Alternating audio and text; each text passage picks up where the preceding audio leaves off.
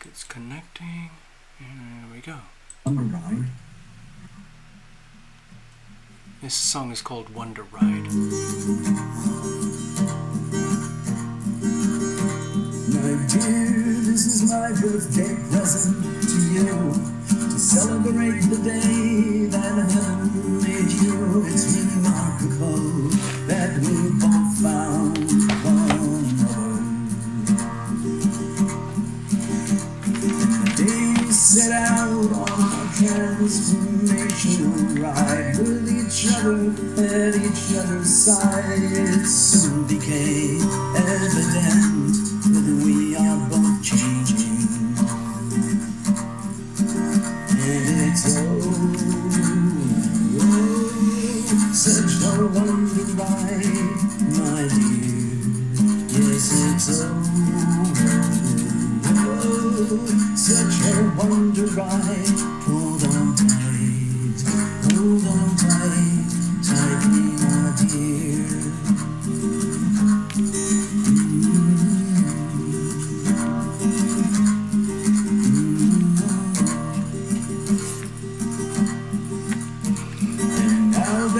Journey, it starts to unfold in a multi-dimensional world of untold delights that truly defy the imagination.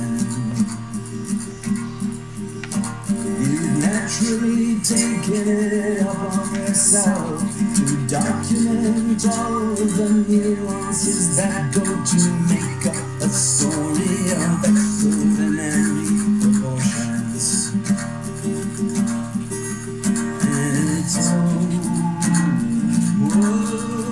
Such a wonder ride, my dear. Yes, it's such a wonder ride. Hold on tight, tightly, my dear. It's such a wonder ride, my dear.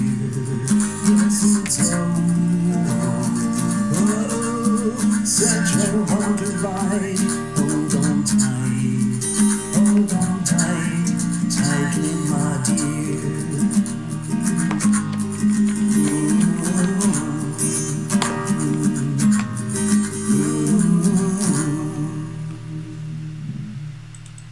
Okay, I'm going to play another song called The Blue Light. It's the witnessing of the aura. And comes and goes. This is a slow waltz. 1, 2, 3, 1, 2, 1, 2, 3.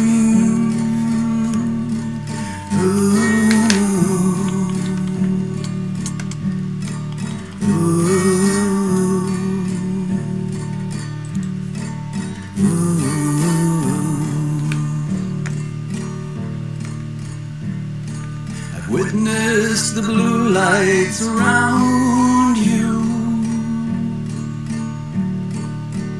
mixed with gold and turquoise surrounding you,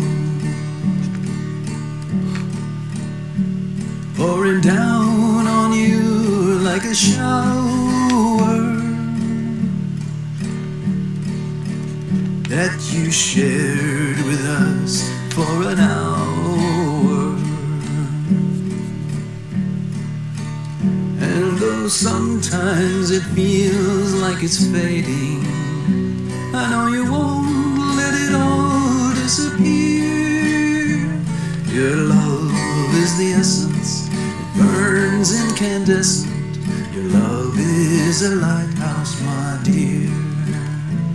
Your love is the essence, it burns incandescent. Your love is a lighthouse, my dear.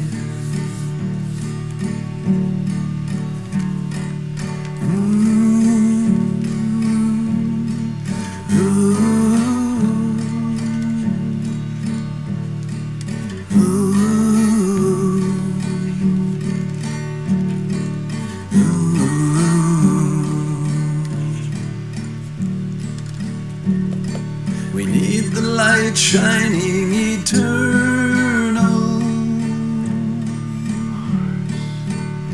most especially when things get infernal. When things get all battered and shattered,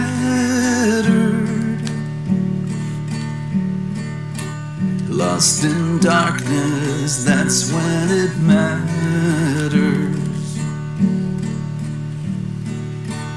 And though sometimes it feels like it's fading, I know you won't let it all disappear. Your love is the essence, it burns incandescent. Your love is a lighthouse, my dear. Your love is the essence, it burns incandescent. Your love is a lighthouse, my dear. Your love is the essence, it burns incandescent. Your love is a lighthouse, my dear. Your love is the essence, it burns incandescent. Your love is a lighthouse, my dear.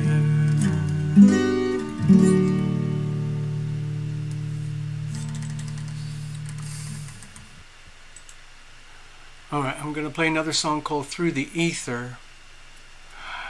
And it's about the ability for love to travel through time and space. It's an energy field. Through the ether.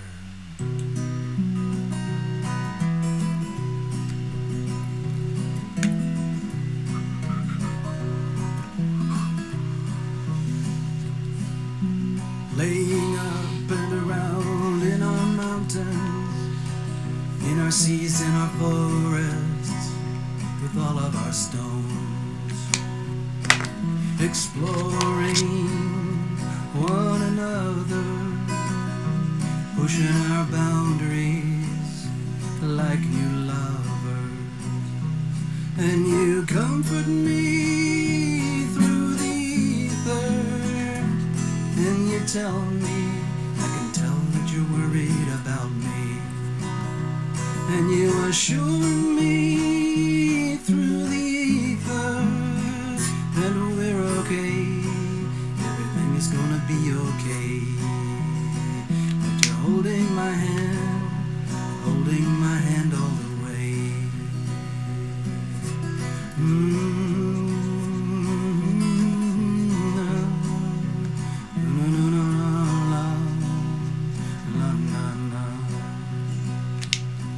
Our innocence is becoming so apparent in our magnificence at the same time too.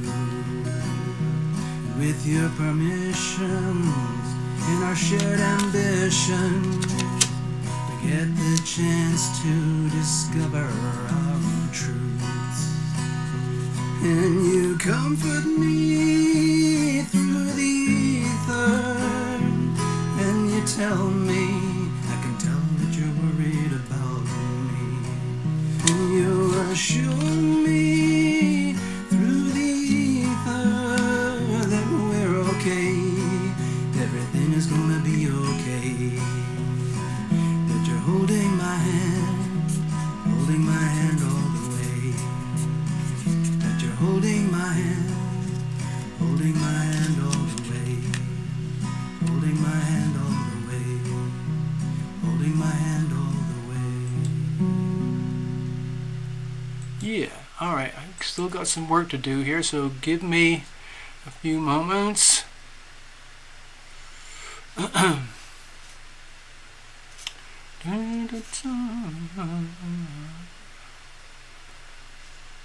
Okay, I'm just going to play this to comfort things a little bit. Hold on.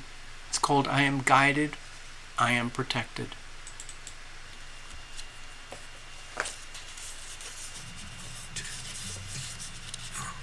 I am guided, I am protected, I am guided, I am protected.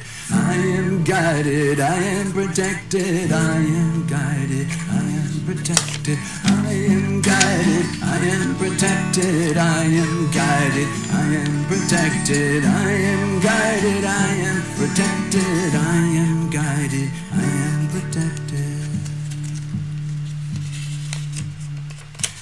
When the light of hope it fades, when all faith is blown away, when all sense of trust goes down, when a smile turns into frown, when it feels there's no relief, nothing in which to believe, desperate in woe and grief, angels come reminding me, I am guided, I am protected, I am guided, I am protected, I am guided, I am protected, I am guided, I am protected, I am guided, I am protected, I am guided, I am protected, I am guided, I am protected, I am guided, I am protected. Angels gather close to me, show me what I cannot see. Angels take me by the hand, lift me when I cannot stand.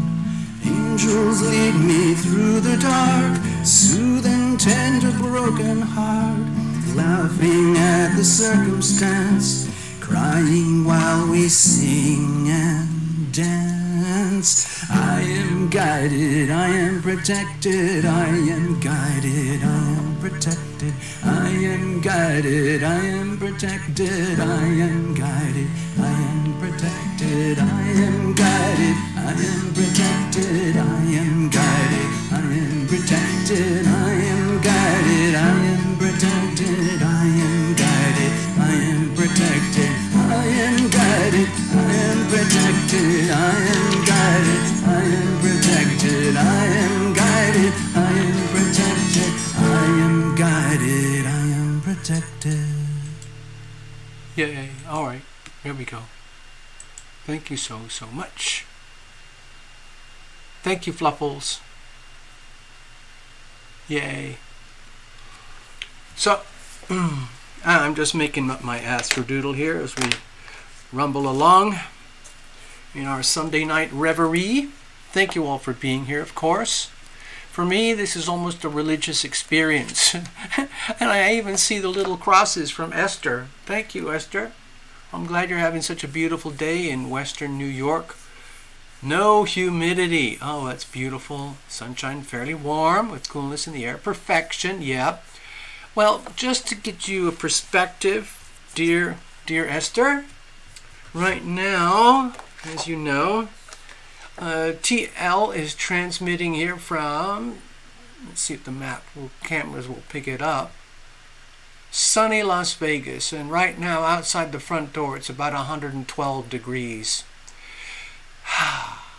There you go. Thank you. Thank you, Necessary. And so, if I'm correct, Esther would be roughly, okay, there's Buffalo. So Esther's right about here right now.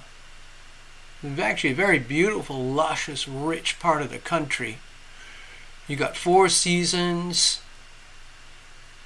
You got rich, fertile soil. It's old America. These are the old colonial parts of America, just around here. Yes. Yeah. Yeah. So, of course, we will come back to the map, as you know. So, you might want to brace yourselves, everybody. In a couple of days, right about the same time as the full moon. So we've got, I'll make a video, okay? I'll make a video around this time, but on Wednesday, technically, we have the full moon, which will be the sun in Virgo and the moon in Pisces. So that is going to be sitting right on top of this axis, which is already stressed enough as it is. And pretty much at the same time, our wonderful, crazy, wacko friend Uranus is going retrograde. So you can expect the unexpected multiplied. Okay? Karen from New Zealand. Oh my gosh. Haven't seen you in a few weeks. Welcome. Thank you for dropping in. It's already Monday morning for you. Or is it? Monday. Wait a minute. Monday. Wait a minute. What time is it over there? Okay, Monday early morning or late afternoon. Yeah. Hi, Karen. Yeah.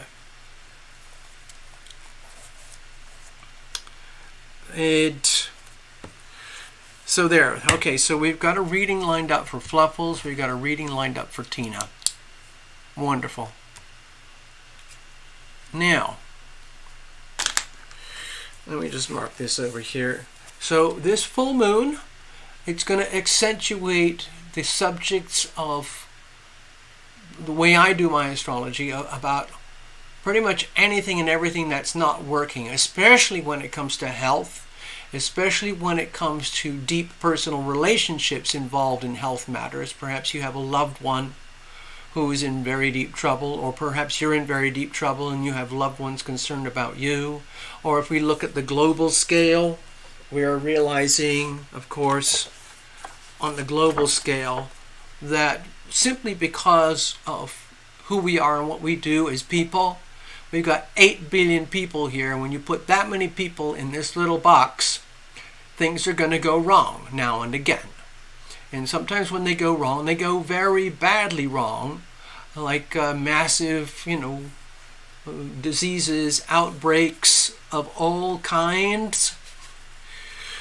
What do they call them? Plagues, for example. All these so-called, apocalyptic health events, and so on. And the question is, again, what are we going to do about it? Well, the Sun in Virgo, of course, is really going to light that up right now for the next few weeks. Mercury is just flipped retrograde, so there's going to be a lot of asking of questions and back and forth, like what's going on. Like right now, I know someone, he's a friend, and he's being stuffed up in a hospital 6 hours just in the emergency room, just waiting to talk to somebody. Now he's had the conversation. They moved him into a bed. He's been there overnight. He's here today, and he's going to be there overnight again. And at this point, they're not doing anything with him. And yet, at the same time, he was advised by this very big deal doctor, like, you need to get in the emergency right now. You've got kidney failure. Everything's going wrong. And he said, and my friend said, oh, really? Oh, okay. Anyway, there are suspicions about weird activities, weird, you call it the hidden enemy over here, the 12th house sickness, like, well, you don't know what the sickness is. And right now they literally don't know what the sickness is. And there is one person who is interpreting this as the hospitals and the insurance companies milking our friend for money. Just get him in the system. I know that sounds horrible and corrupt and rude and nasty, because a lot of us here are healers, But there is corruption in the medical industrial complex. So anyway, that's just one tiny example. On the global scale, of course, it's astronomical. We have been informed that there is going to be a new massive outbreak of a hideous bug right on schedule. Of course, this is all planned and organized, Yeah. Man, what can you do? You have to find ways to live around it. You have to find ways to filter out fake news from real news, fake information from real information. More and more people are waking up to the reality that they are being fleeced, defrauded, scammed, conned, imprisoned, tricked. Ugh. See, with this big fat green teaspoon, wait a minute, I need to say hello. So Esther, you know what we're talking about, right? Good evening and welcome.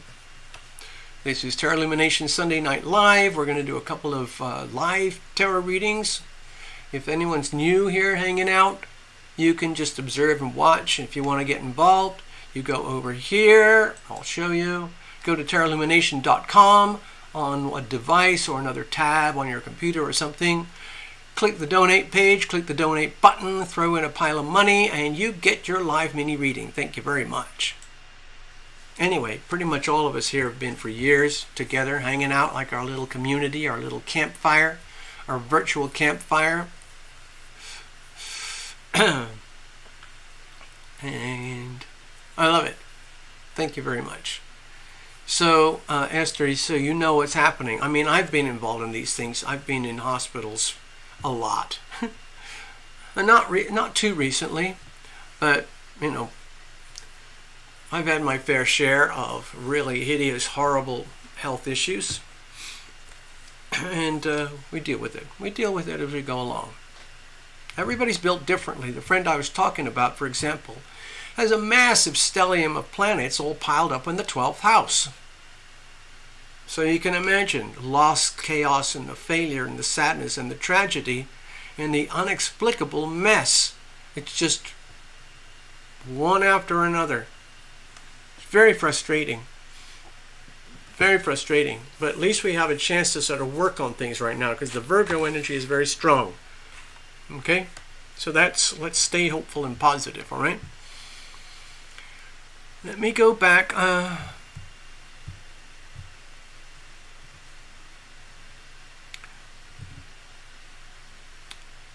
Yeah, I'm just telling a story. These are facts I've got. I'm surrounded by people who have a lot of, let's say, very deeply challenging issues right now. Dis-ease in whatever aspect of their life. So, for example, that big Pisces chunk that we're talking about right now, where we've got Saturn retrograde 3 degrees and Neptune retrograde 27 or whatever it is, 26, 28 degrees. So that sends this sprawling orb of influence across the whole of the 12th house, which is affecting everybody on Earth. That's the way I see it. And so we're seeing a tremendous amount of stories come out in the places where I do my homework, my research. Stories that, you know, are indicating how basically all the sickness that's going on, financial sickness, bizarre diseases, tragedies. Of course, you link that up with the chaos on planet Earth with Uranus and Taurus amplified by Jupiter and Taurus, and it kind of all links together. So, in other words, okay, let me just preface it by saying everything's perfect. Everything is exactly as it should be. Why is that so? How is that so? It's because it can't be any other way. Reality is what it is. Some people don't like it. They can't handle reality. They can't handle the truth. So they try to formulate a parallel narrative, and they just get themselves more and more twisted into knots. The more and more we align with universal truth, the more we can, let's say, lean on, I would say, a higher, let's just call it a higher power for your sense of loving and being loved, for a sense of happiness. In other words, yes, I mean, the stuff that really disturbs me, I have to tell you, is China. I go on about it, on and on and on. I don't think people realize how bad it is in China right now. They are suffering. Millions and millions and millions of people are suffering, partly from nature, but also partly because the ruling elites over there believe that they can control and manipulate nature at will. And in doing so, they just create havoc and destruction in their lust for more power and money and control. And the end result is, and effectively, like what happens with a lot of communist countries, eventually they implode because it's impossible to sustain the ideology, the idealism. And so that's what's happening with China right now. They got the massive flooding. They got the economic implosions. They got the debt implosions. They got the implosion of the working class and the agricultural class and the middle class, because their whole economy is based on steroids. And like America, we print a lot of money, fake money, creating less and less value. But the problem's a lot more extreme in China. And the result is suffering, pain for millions and millions of people. We don't have such an extreme situation here, but everything that China's doing, they modeled it on what we do here. It's just that it's much more extreme, because they have a totalitarian regime that commands things to be a certain way. They command equality, and they create massive distortions. It's very sad. It's very tragic. Very disturbing. Let me go back to the charts a moment.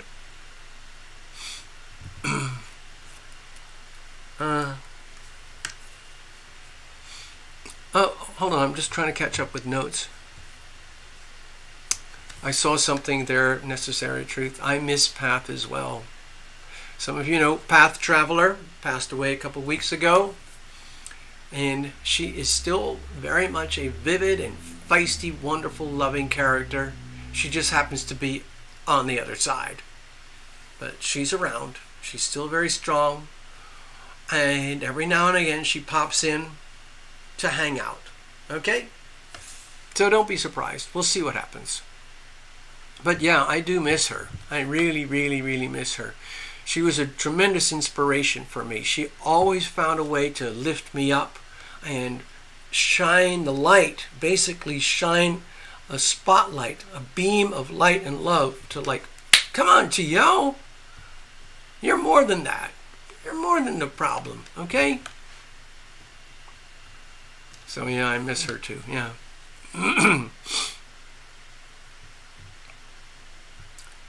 Let me go back to the stage a minute here.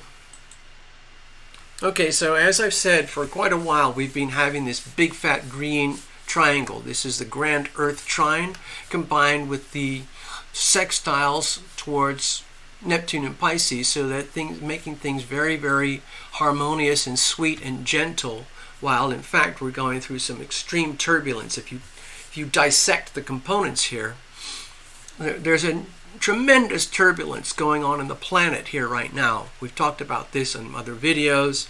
Fires, hurricanes, tornadoes, flooding, drought, earthquakes, tremendous loss of life, tremendous loss of property and business, tremendous damage to crops, to animals, to businesses, to cities, to whole countries. Again, expect the unexpected. Uranus is just doing what it does. The planet Earth is just doing what it does. It's shaking. It is convulsing. It's going to amplify. Jupiter's going to go retrograde. Jupiter's going to go retrograde very soon. So even though Jupiter and Uranus are pretty close right now, it's going to separate, so to give a bit of a breathing space. But eventually Jupiter's going to charge forward and it's going to run into Uranus, and then we're going to see massive, I would say, events across planet Earth, anywhere and everywhere, to do with those things that I just talked about. By the way, there's something I should share. Let me see if I can find it for you. It's been tremendously informative for myself. And let me see if I can find it. And I really enjoy it because it's just raw information, and how you interpret it's your own business. Okay, it's a software called Zoom Earth. I don't know if you can see this. Right now, this is the opening page. Here's the Atlantic Ocean. Here's North America, South America, Africa, Western Europe. And it's showing some big storms over here in the Caribbean. Now I'm going to move along over here. As you can see, it's starting to turn nighttime here, but let's go tighter inside. Here is North America on the west coast. We just had the massive storms, but let me show you what's going on up in Canada. I think I showed this earlier. Look at this. You see all those little red blobs? Those little red blobs represent forest fires. Hundreds. You're only seeing the big ones. There's hundreds and hundreds of forest fires in Canada right now. So who knows what's going to be next? Over here in, let's see, there's Alaska. We had the fire in LINA. And over here is South Korea, North Korea. There's Japan. And right now, Shanghai, Beijing, and all the other places, all these places up here that just experienced epochal flooding that hasn't happened in hundreds of years, destroying, causing so much destruction. The big storms are gone, but there's still a tremendous amount of rain, and it's just flood on top of flood on top of flood. You want to zoom to Florida? Okay. Let me take that back here. I'm just trying to illustrate. Now with this software, you can also bring up, using all these buttons, you can bring up earthquakes, volcanoes, wind, heat, all sorts of things. There's Hawaii. Okay.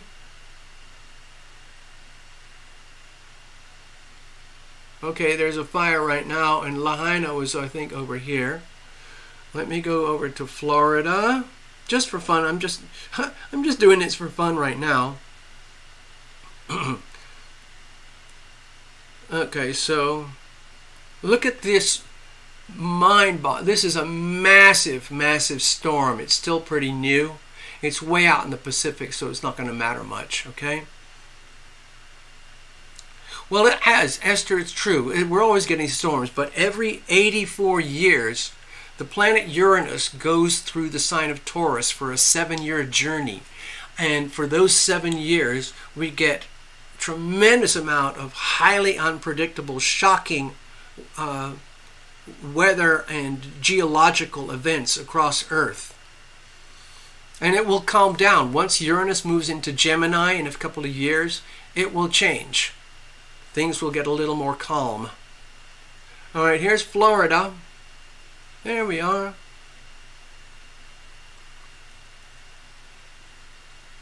All right, they've got some storm issues in Florida. You can see all over here. And this big storm is projected to cross northern Florida over Jacksonville and out into the Atlantic again. Yeah, Esther, it never stops. I'm just going to put this aside now. It was just for fun. I was just sharing with you because I check my weathers and geological stuff all day, every single day, to try and keep track of all these things. Yeah, so right now over in Florida, as usual this time of year, there's always storms. They always come like this, okay? They come across from the East Atlantic to the West Atlantic. This is the spaghetti models go like this. And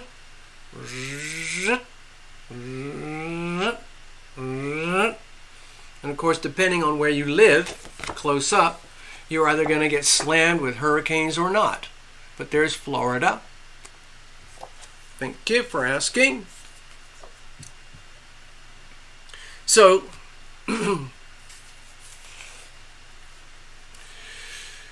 Venus, one of the planets of money, is in Leo, and it is still retrograde. So it's not very happy, okay, about financial relationships. And over here is Uranus. Okay, let me actually put in the retrogrades while I'm at it. I'm sorry, I should have done that. Saturn is retrograde. Neptune is retrograde. Pluto is retrograde. Uranus, let's just put it here because it's actually happening right now. We're on the cusp right now. Let's just put it here. Uranus is retrograde.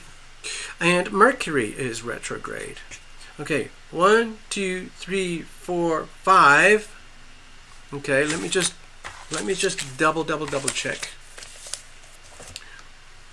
Mercury, Venus, Saturn, Uranus, Neptune, Pluto. Saturn, Uranus, Neptune, and Pluto, Mercury, and Venus. There it is. Look at that. Have you ever seen something so crazy? Look at all that. Look at the big red R's. Pluto, Saturn, Neptune, Uranus, Venus, Mercury, all retrograde. It's pretty freaking... So basically anything that can go wrong will go wrong in those particular departments. And it's all going to affect you, whatever your personal astrology. Remember, this is the big transit that's happening right now for the whole of planet Earth. But it will affect you in a personal way depending on your personal astrology. I'm not going to get into that right now. Can I put the app in the chat? Oh, I see what you're saying. Hold on, let me do that. Let me type it in for you. Stay there. Hold on, necessary. I got to come over here.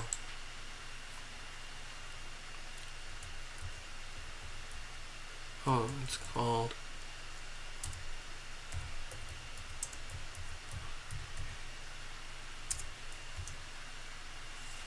The app is called Zoom Earth. I find it to be very, very handy. I love looking at it because it's real time. It actually tracks everything in real time. Okay?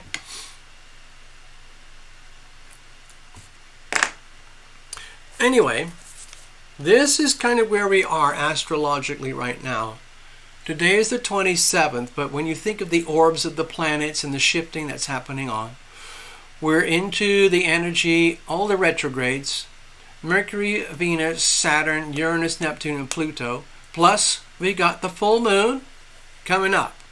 So that's a lot of astrological activity, okay? My feeling is to just...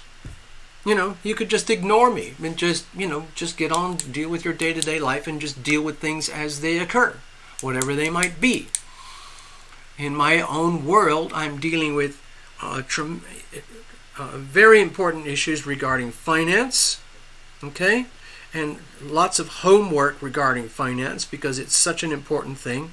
This is also global financial issues going in a state of tremendous instability and transformation. I made a video about that just earlier today. With the Earth, Virgo, Capricorn, Taurus energy, however shocking and crazy, unstable things might be over here, there is a stabilization effect because of the harmonious aspects, okay? So that's giving us a tremendous, it's like having a really, really smooth ride over incredibly rough terrain.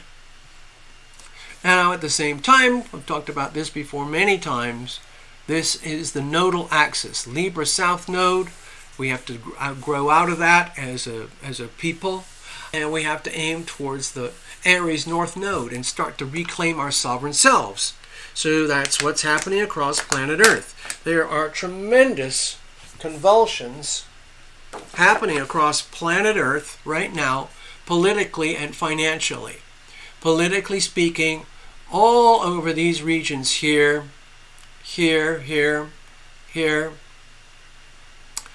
tremendous upheaval as the people, they the people, we the people, you the people, attempt to reclaim their sovereign selves, their sovereign identity, their sovereign national culture, their sovereign belief systems, and to get rid of the impositions from the tyrannical despots and the colonial plundering ruling classes who've basically screwed millions of people for generations. And humanity and the people at large are getting sick of it. So what's happening is we're getting this massive splintering effect where, like, this is the world as we know it, and the borderlines are here as we know them.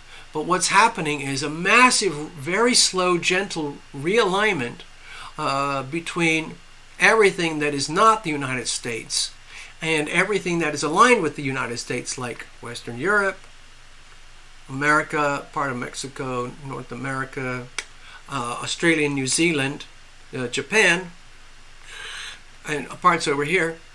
They are being kind of ignored because these folks over here that have typically very unstable economies and politics are sick of it, and they're starting to blame America for everything. I don't believe that completely. But anyway, they're trying to create their own alternative parallel world. I'm trying to do the same in my world. I'm helping some of my friends to do that in their world so that you, the people, you, the individual, you do not have to become a victim of the old ruling class, the old ruling order, where the global financial system was dictated by a small handful of elites from the very, very top, effectively as a massive, beautifully constructed, fraudulent scheme to extract wealth from you, the people, and stick it into their pockets for their benefit at your loss.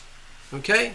But they've done it so well for so long that nobody knows anything else. But there are a few people out there who understand what's unhealthy, and they are working very hard behind the scenes to rebuild a parallel world that allows for a lot more sovereign wealth. Okay? So you're going to hear words like DeFi, decentralized finance.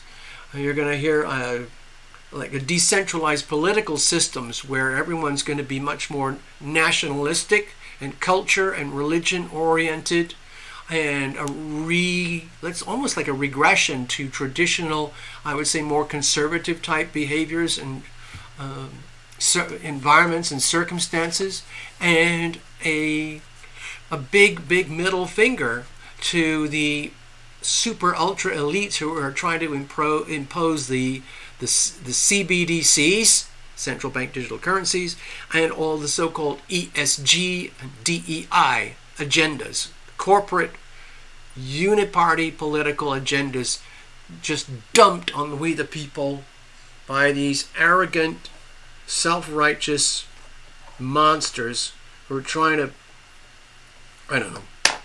trying to own us and raise us like cattle. Anyway, I'm not having any of it.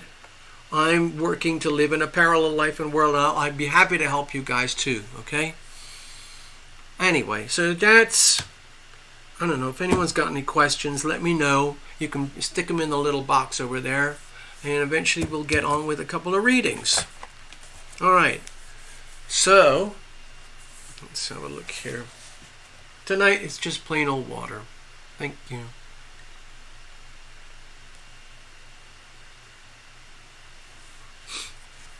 Okay, I'm just going to do something here. What I've noticed, this is just personal now, I've noticed that with all this massive wall of retrogrades and with the certain transits and alignments of the planets, it's very, very personal for me.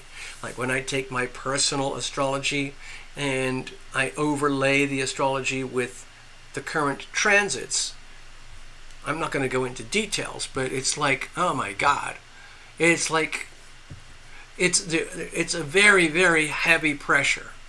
Frankly, I think I'm doing an extremely good job of carrying the load and dealing with it. I have a bunch of retrogrades in my chart, like pretty much everybody. And how do you deal with that? Sometimes it happens if you're born with a certain planet retrograde and that planet turns retrograde during the transits, that can actually be beneficial for you. You know, people who are born with Mercury retrograde can thrive during a Mercury retrograde period, while others are struggling, and so on and so on. Okay, I hope that makes sense. Jasmine. Hello, Jasmine. Hey, you've been here before. Hello. Hi. Nice to see you. So, one thing I've noticed is that with the Pisces Virgo axis, I am getting a lot of issues of very deep pain and old wounds inside here about everything and anything in my life that did not work for reasons that were out of my control. The hidden enemies, the hidden factors that like dissolve and undermine your dreams, your ambitions, your goals, your purpose, your identity, your meaning, your wish to to be your most awesome self. And I'm not going into my personal sob stories, but it would be very, very easy for me to feel very sorry for myself and justify it. But once you start going down that hole, you're basically creating a pool of misery on top of a pool of misery. So I'm just letting it flow through. Sometimes I get very, very sad and tearful, and then I come out of it. And I basically recalibrate and remind myself that, oh, this is where I am. Well, if this is where I am, then this is how it is. It can't be anything else, so this is how it is. I'm supposed to be here tonight with you right now, doing what we're doing. Nothing more than that, nothing less than that. Everyone else is doing their thing somewhere else. Some people are dying right now, being murdered and slaughtered. Some little babies are being born. It's all happening simultaneously. It's beautiful and it's terrifying all at the same time. I'm enjoying the big, fat, stable, earthy, grand triangle thing. I'm not an Illuminati, by the way, even though my channel sounds like TarotLuminationati. Symbols.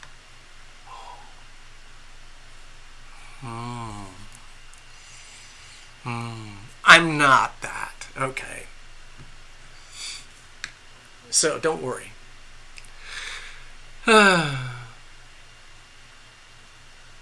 Necessary truth. Do I have a... What's that? I'm trying to read the... Do I have Mercury or Mars retrograde? No, I don't. And that's all I'm telling you. We all have our little secrets.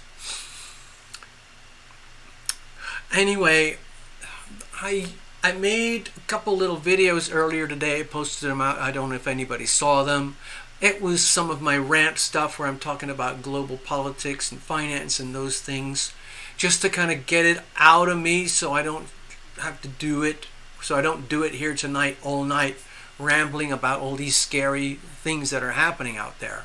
Okay? Is the Illuminati even real? Well, I think so. If you're interested, I'll tell you, okay?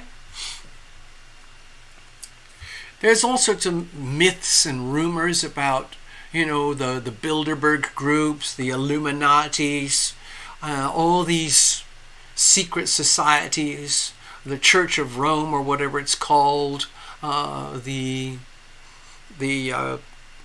Council on Foreign Relationships.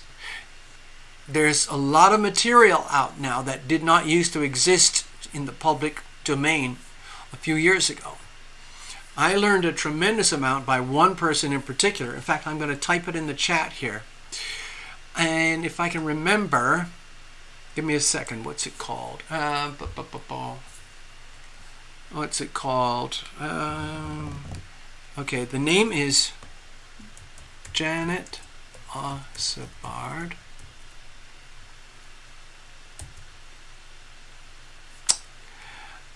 And she made a 27-part series on BitChute, which is a YouTube-style platform, but it doesn't have the heavy censorship that we have here.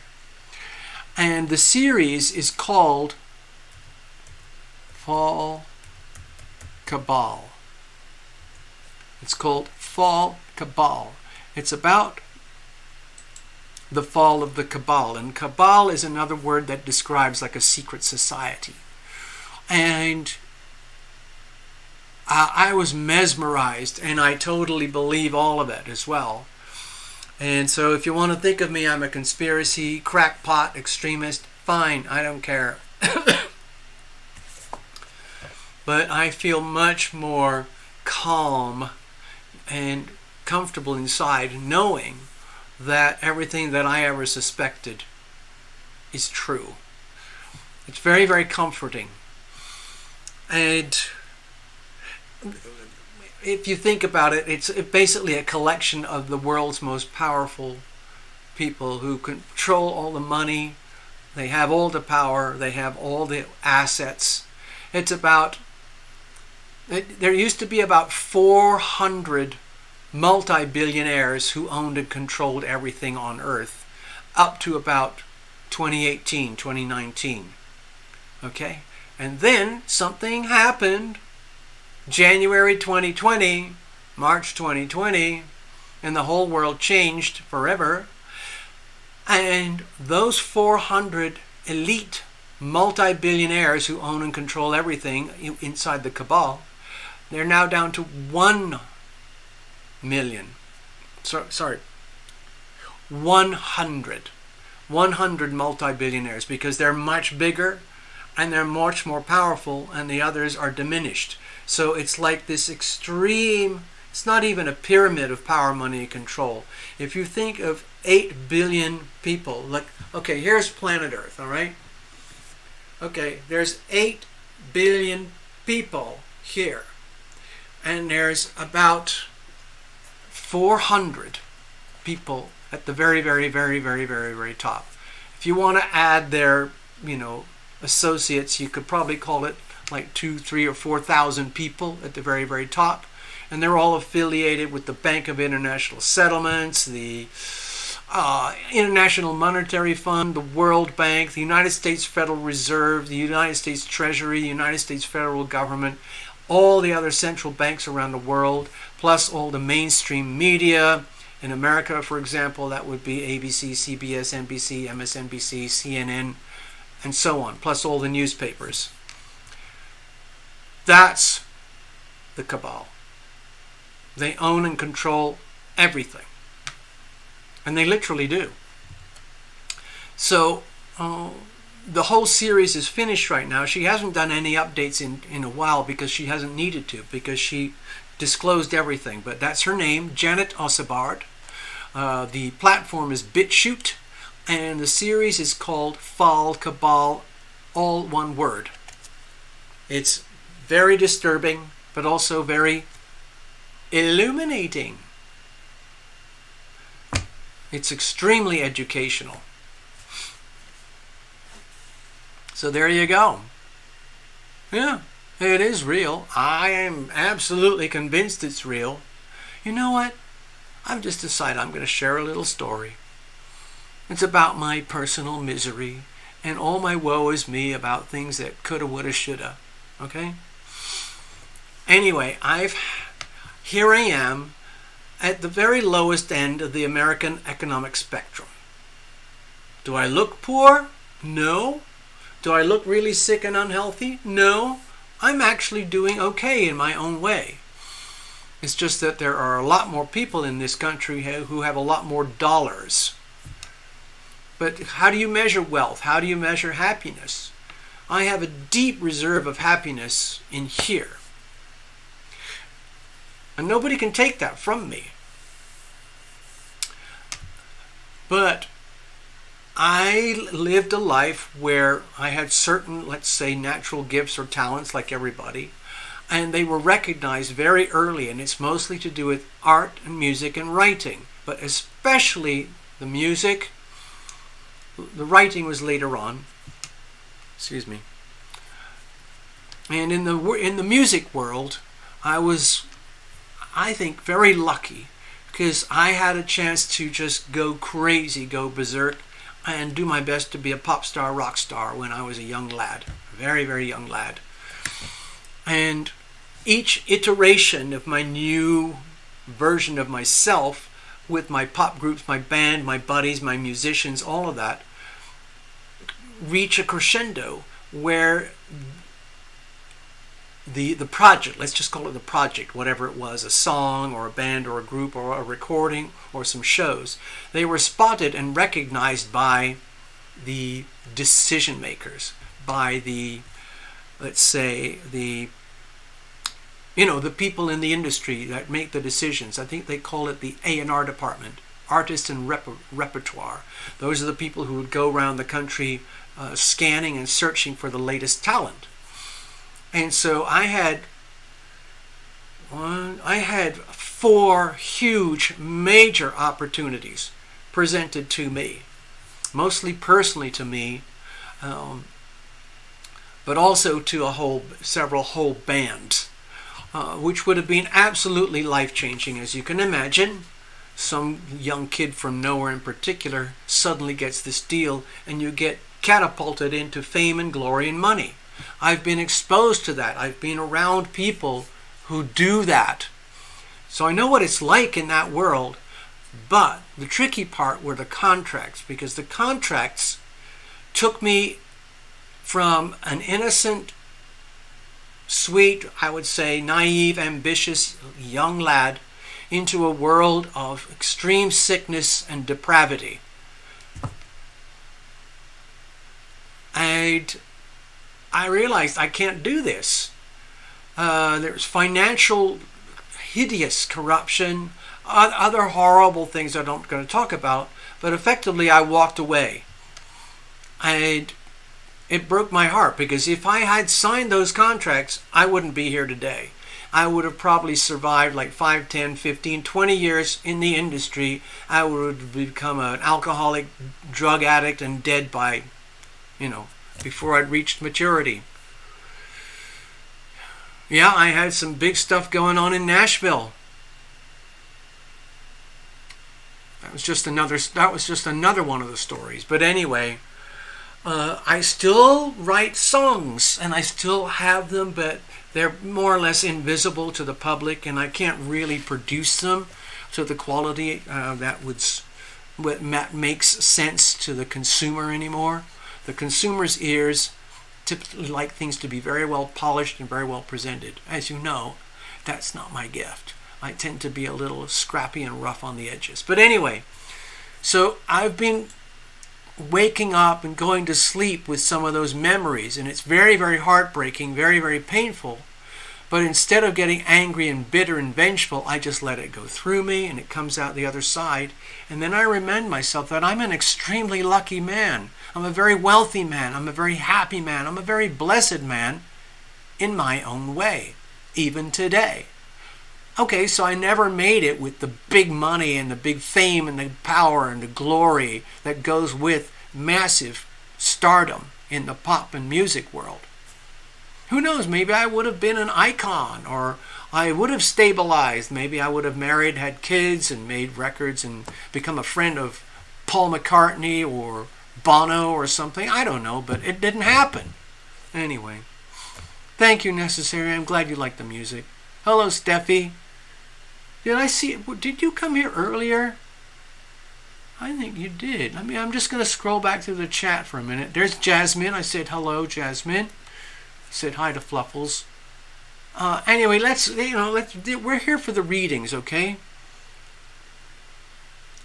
Steffi, are you into music? Yeah, to do a song really well, it costs money. I was very spoiled as a kid because I didn't have any money, but the way I write songs and perform and do music, I was very lucky to attract really premium musicians. I was literally surrounded by talent. In fact, I almost had to shoo them away, and I was very lucky. I could pick the best of the best. So I had amazing drummers and percussion, amazing keyboards and pianos and things like that, amazing strings, amazing wind and brass, amazing bass, amazing guitar, amazing equipment, amazing sound engineers, amazing road crew. I had all of that.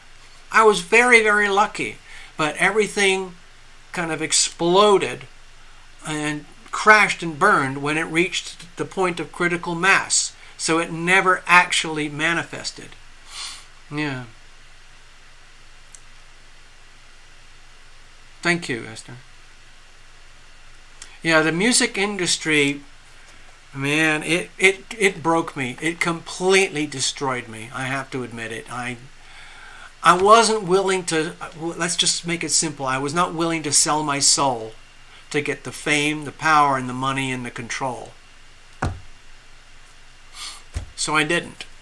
So I never got the power, the money, the control, and the fame.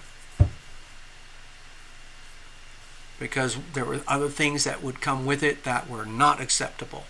Now that's not the same for every artist. There are artists who are completely standalone. They have high integrity, high values, and they're very loving characters, and they're successful, and they don't have any deep, dark, hideous, perverted strings, contracts, attachments, controlling them and pulling them around. Honestly, I've hung out with so many freaking A-listers you wouldn't believe it. That's movies, TV, and music. But anyway, never happened for me.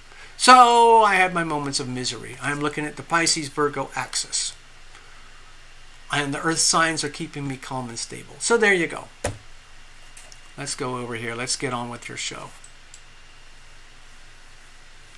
Yeah, I'm very loving. I'm very loved. And I know that.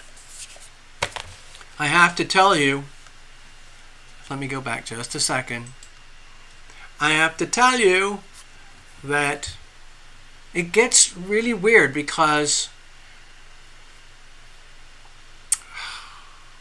it didn't work out in Nashville. And to be big in Nashville, for example, you've got to be an affirmed Christian. Let's just say it.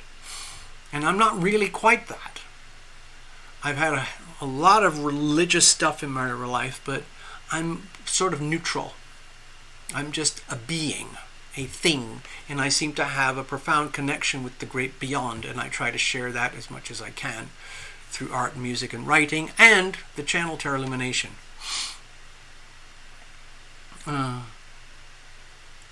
Oh, thank you, Fluffles. Yeah. God, we'll get to the point where everybody's a moderator. That's okay. I don't mind. How do I do that? Let me make you. Let me see if I can add. Here we go. I'm doing it right now. Okay, Fluffles. There you go. Okay, next time, Fluffles, you'll type in, and you'll see. You will see. Anyway, what I was going to say is that when you're on a stage and you got people screaming and yelling and dancing and you're pounding out your music and you feel like a pop star and a rock star and you're singing and everything's buzzing along, it feels so good. Feels fantastic when the crowd loves you. I have to say it. It's not the same as a loving relationship one-on-one with a single individual. But anyway, it's a fantastic feeling. I guess you could say I'm even doing it here now. I'm on stage. It's a virtual stage, but it's... okay, let's put it this way. I have an awful lot of planets and energy in the 5th house. So 5th house is things like, pop stars, rock stars, actors, performers, athletes who are out there doing... they like to be on stage kind of thing. It's the 5th house you associate it with the sun. You associate it with Leo, being bright, shining, being out there. And I loved doing that. Yay, Fluffles! Go, Fluffles! You are now a TL moderator. Whoa! Thank you. So you may regret it because sometimes we get attacked here by some really creepy people. And the moderators need to be ready to just go and press the extermination button. Anyway, we'll see what's happening. Let's get on with your readings. Okay, I'm going to tuck all these things away. Clickety click.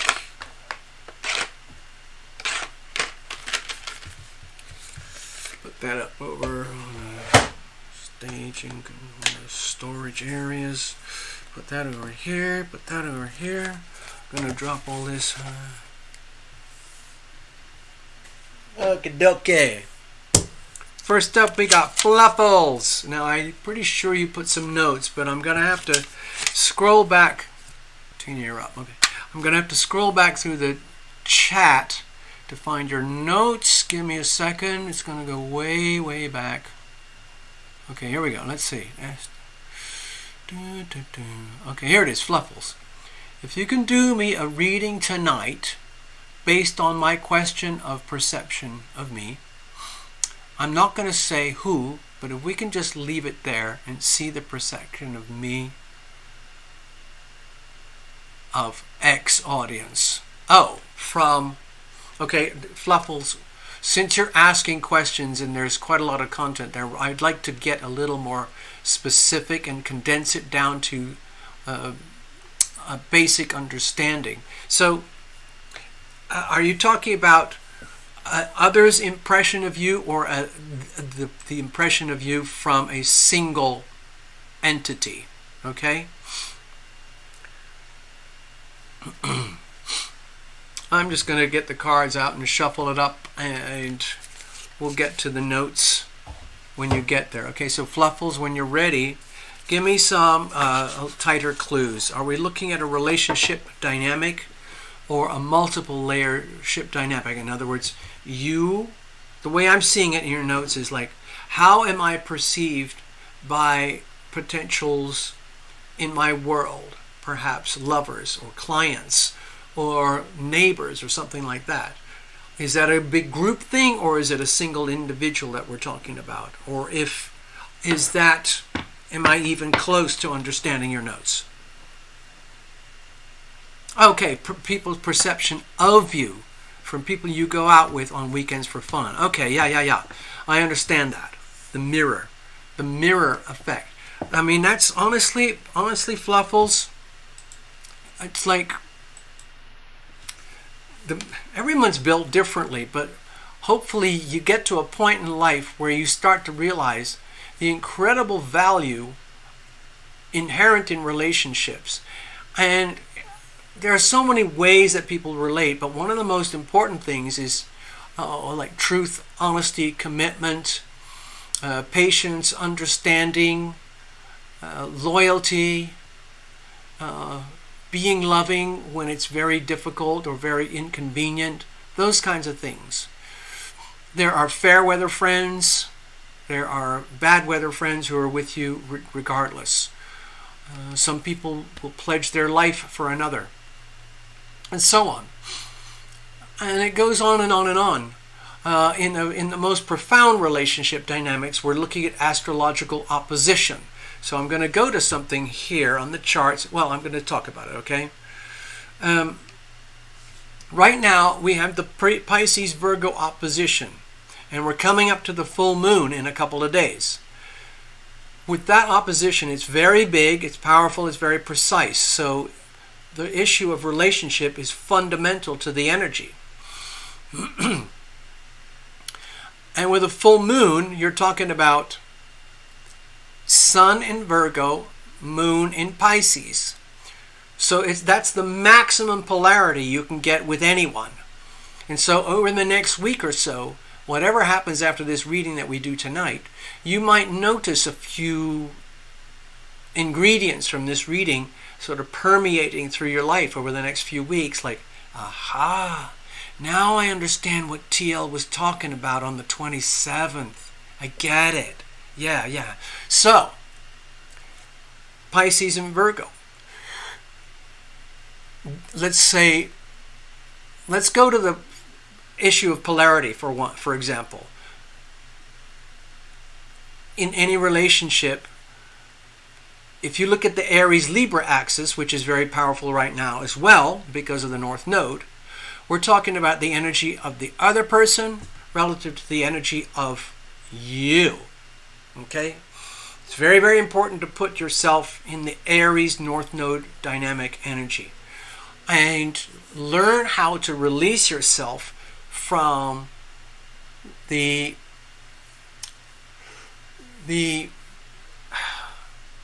fragilities or the sinking feeling that can happen when we insist on hanging on to relationships or expectations of love and relationships or workplace or any kind of career relationship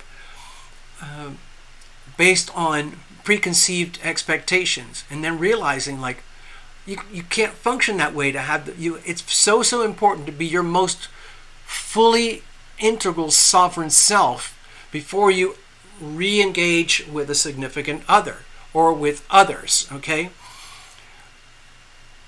Flaky people hang out with flaky people. Disloyal people hang out with disloyal people. Cheaters hang out with cheaters. Okay. What's the word? Monogamous people hang out with monogamous people. Polygamous people hang out with polygamous people, and so on and so on. And so that becomes very, very noticeable when you're dealing with the polarity. Okay. We're having the polarity coming up on Wednesday at maximum power, so you might get a very deep insight about what's happening, what's not working, and what is working. The Pisces vibe, you'll start to see about a lot of things that are not working in relationships. And you might question yourself like, oh, so what is my part in that equation? And then look for reflections that come back to you from others. The mirror effect in relationship is so valuable, is so powerful. I'm not saying going up to someone and say, hey, excuse me, I'm feeling a little awkward and unsure. Can you tell me what is your impression of me? That's a little bit too much in their face, but that's sort of where I'm heading here, okay? Okay, let's do your reading. What? Somebody said Gregory's here? Hey! Thank you, Gregory! Oh, I want to give you a big hug. Thank you.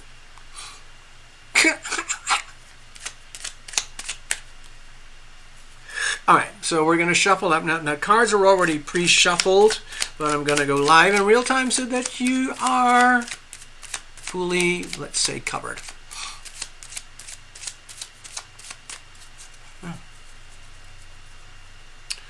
So, yeah. So that was just a little bit of a preamble, Fluffles, before we actually get into your reading. Who knows what's going to come up? So, dear cards, let's bless this deck, bless every single card, bless the channel, bless everybody here, even the ones who aren't chatting a lot in the chat. Bless the cameras, the monitors, the screens, all the multiple softwares, the cables, the internet, the platform, microphones, and of course, you. I'm going to shuffle them more, okay?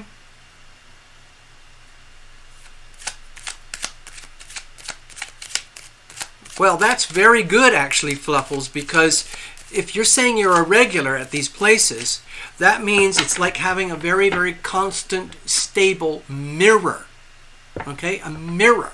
And that's the environment in which you can get the energy of reflection.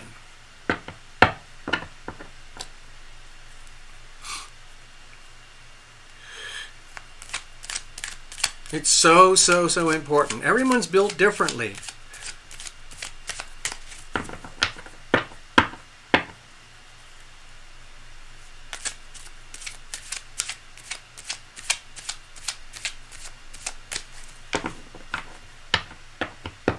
Now, I'm not saying this as an offensive thing, but depending on a person's astrology, there are some people who find it very, very difficult to discover and understand and know their true nature at the depth of their soul without having multiple relationships from different perspectives, or perhaps one significant relationship that is ready, willing, and able to take you on 100%.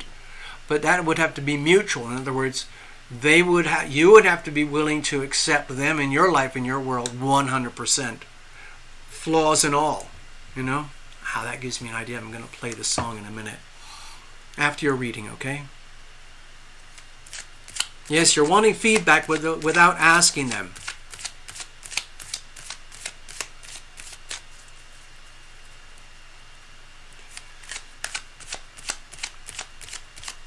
Ooh, I'm tempted to come up with all sorts of wacky suggestions, but I have a feeling all of them would get you into trouble. So I'm just going to shut up, do the reading, and then we'll talk. Okay, here we go. So what kind of messages do we have for Fluffles tonight, specifically regarding the regulars over at her restaurant where she loves to hang out? Because the feedback and the reflections are very, very important right now. here's the situation. By the way, Fluffles, as you can see, you're already getting a secondary reading on the side in the chat. So take all of it. Use all of it. Here's the situation. Here's the challenges. Here's how we're going to handle it. Let's have a look at external influences, okay? Okay, so we've got the Knight of Pentacles here. I'm very happy to see this.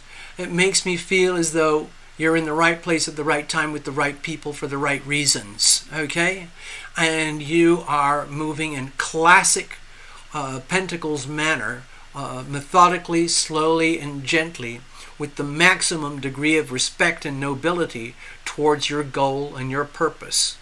And you're carrying maximum, I think I said it, maximum dignity. And to me, I feel this is like a reflection. Now, this is a masculine energy, of course. However, all people have masculine and feminine energies circulating in their auras at all times. It's just a question of, and it's constantly in flux, so don't take it anything more than what I said. But with this Knight of Pentacles here, my feeling is, before you engage in any situations with relationship dynamics, just remember that you're coming from a place of well-meaning and purpose, and you offer great value when you share yourself and present yourself and bring your energy into the situation. So my feeling is, before we even start the reading, it's important for you to understand the fact that you even show up at the restaurant and share your energy with others. That is of great value to the others. Whether they're going to say that to you or share that with you directly, that's a whole other thing. But you are bringing great value to the others.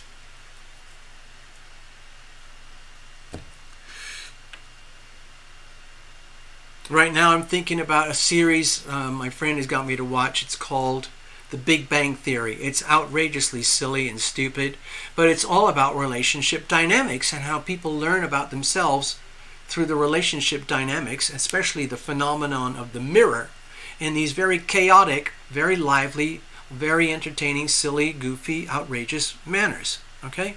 There's another one I'm thinking of when I was a little kid. It's called Cheers. Again, these very, very compressed relationship dynamics, and Cheers was actually in a restaurant and a bar. Or bar really.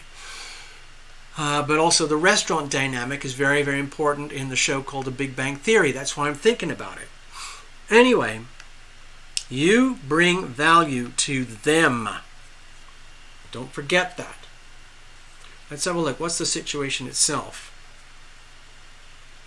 So with the Four of Swords here, to me it's almost like you might be dealing with something you don't actually necessarily have to actively stress or worry about or be too concerned about. It might be that in this reading tonight, see, with the Four of Swords here, it might be that you're over-analyzing, overworking a situation in such a way that maybe it's better not to know. In other words, it's wonderful. For example, let's say you walk into the place and then your regulars are there. You see them, they see you, and you have your hangouts or whatever, and you have your mutual exchanges, and maybe there's no way to make out what they really think or feel or know about you. But what I'm sensing from here is that it almost doesn't matter. What really matters is that you have to know and understand your own value, your own awesome integrity and value that you're bringing in the first place. And so why would you even be concerned about that? Maybe you're looking for validation externally just to reconfirm this, because maybe you have doubts with all these retrogrades. Maybe you just needed to see this to remind yourself that, you bring a lot to the table. Okay? So,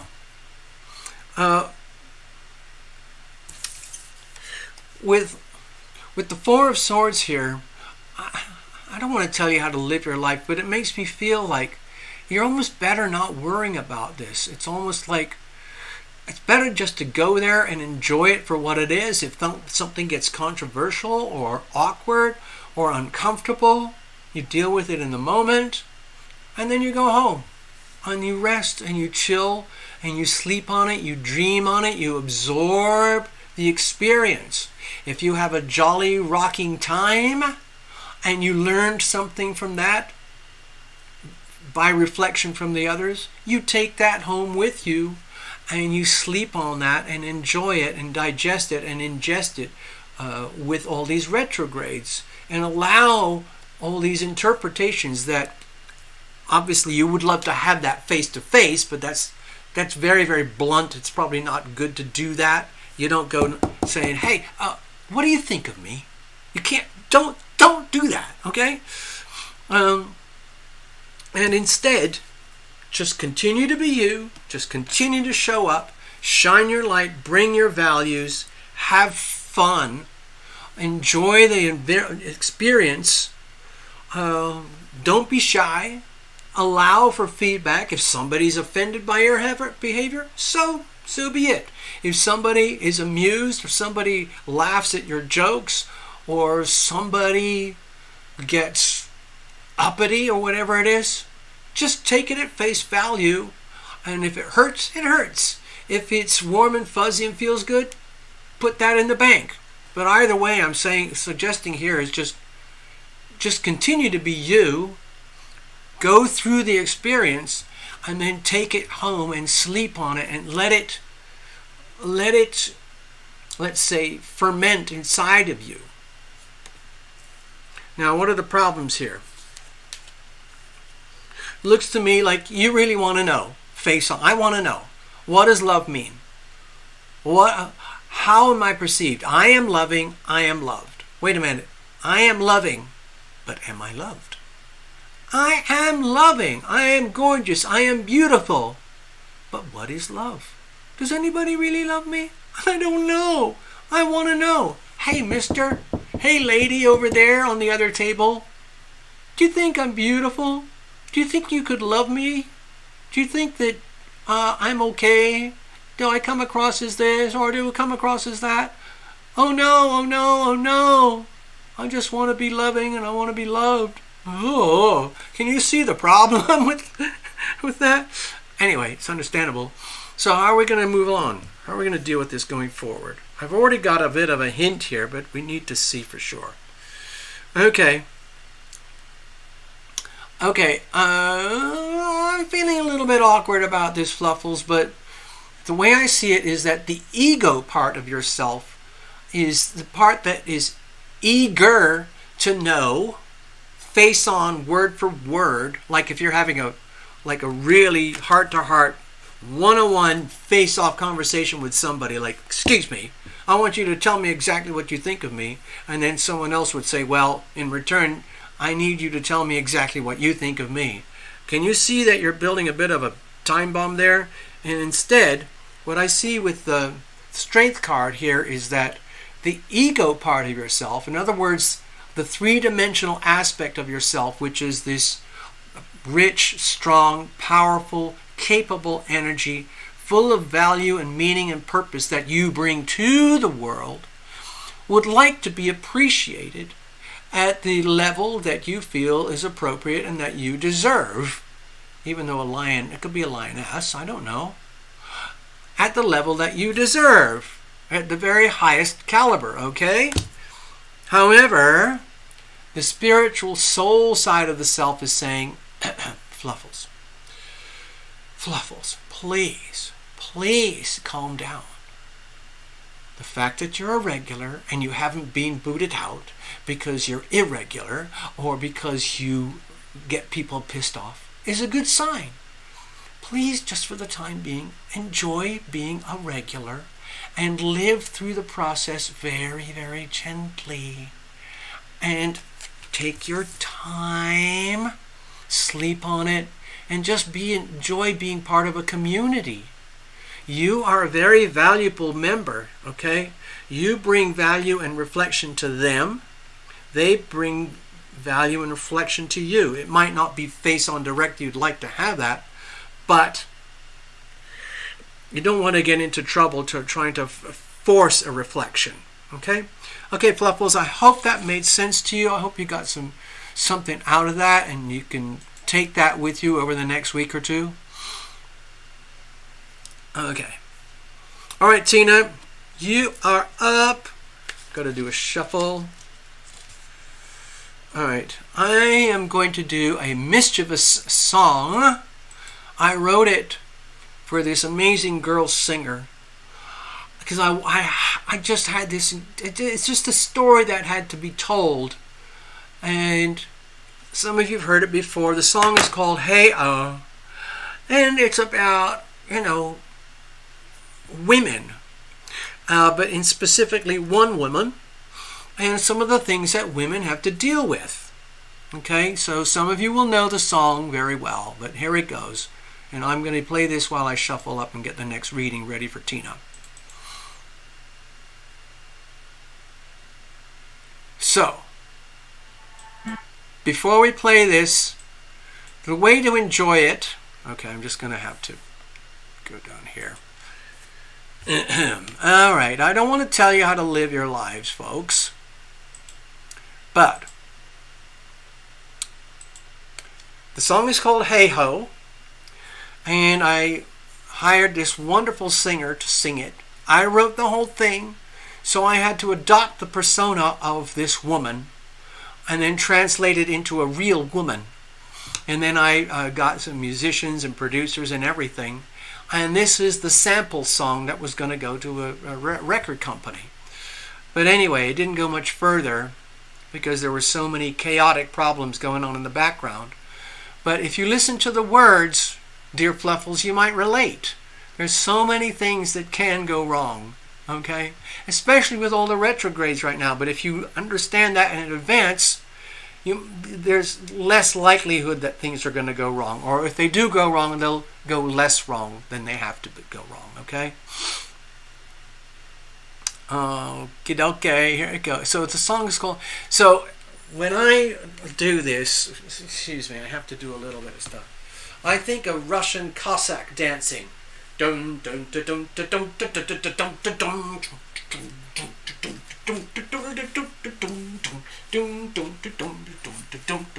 dun. Hey, hey, ho! So if you can imagine yourself doing formation dancing like they would do with Russian Cossacks, or maybe some of the Irish, what do they call it, Irish dancing where they hop up and down.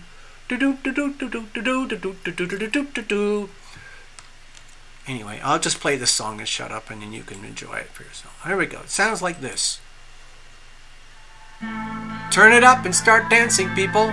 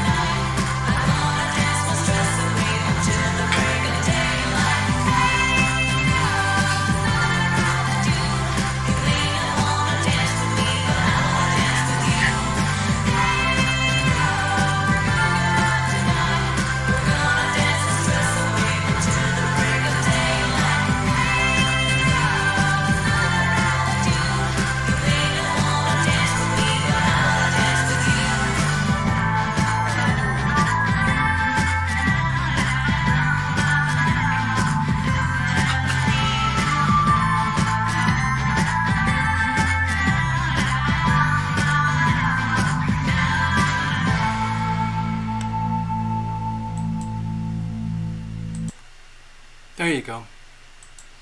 So, Fluffles, I hope that inspires you. Okay?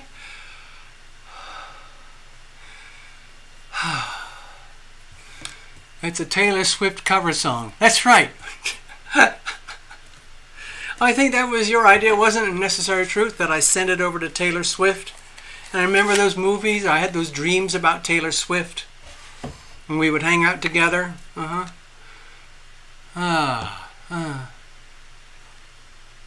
I didn't see that. Oh, yeah, we can do that. But that's going to be it. Okay, so we're going to read for Tina Miller. Then we'll read for Karen. And that's going to be it. Okay, thank you so much, Karen. All right. So, okay. Thank you very, very much. Okay. No, it's not Taylor Swift. That's TL. That is a TL song. And I hired this wonderful girl to sing it for me. I was just being crazy silly.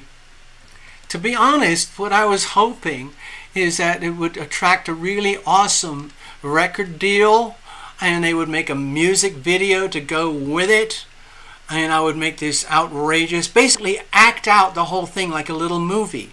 If you listen to the song again, it's like a little tiny movie, the whole thing. Oh gosh, Jazz,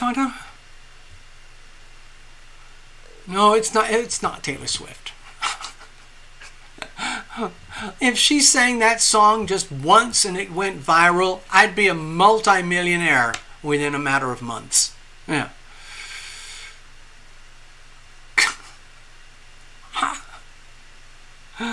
Maybe we'll play it at the end of the show or something. But so Karen wants a reading, and what was the other one? Someone else? Did someone else just put a?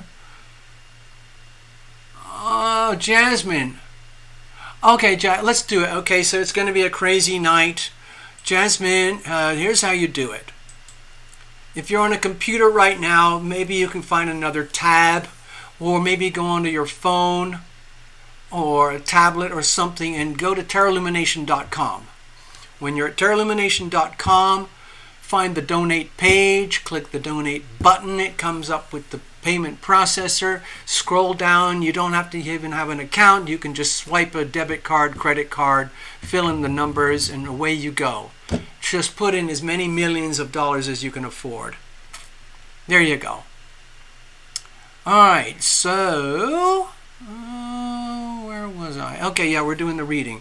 Oh, wait a minute, Karen. Hold on. I gotta check something. Karen said you. Oh, I'm sure that'll be okay. I just gotta stay there, Karen. Sometimes it's really hard to do all this stuff. Oh my gosh, Gregory. Oh, okay, we got a busy night.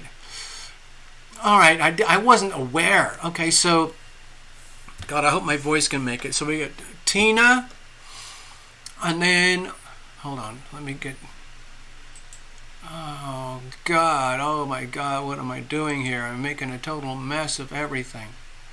All right, so that goes over here. This goes down here. All right, so okay, I see what you're saying, Fluffles. Got it. Oh my gosh, and there's Gregory. How on earth am I going to do all this? Okay, so we've got, we got, what was it? Jasmine. And then there was Karen.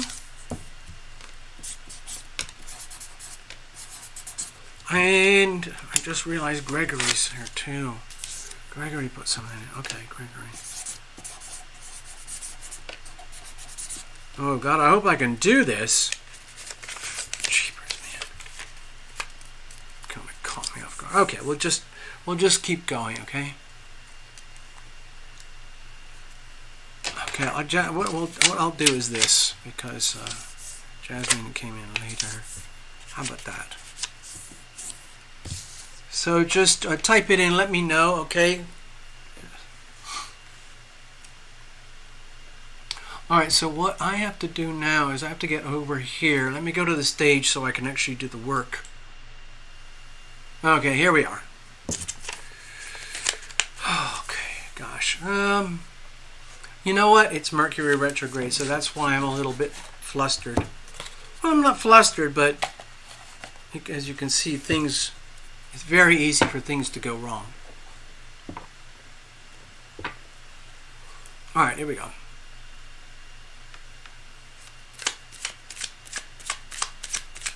Thank you, Fluffles. Thank you for the encouragement. Alright. Okay.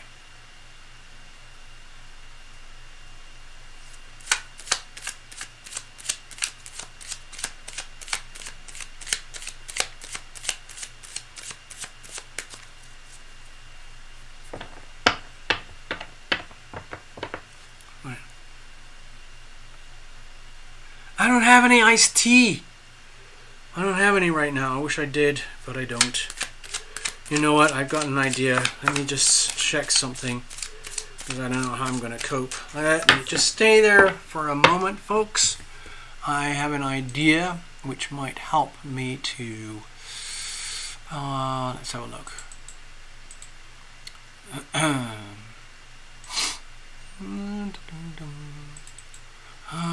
So I'll be right back. Just give me a few moments here.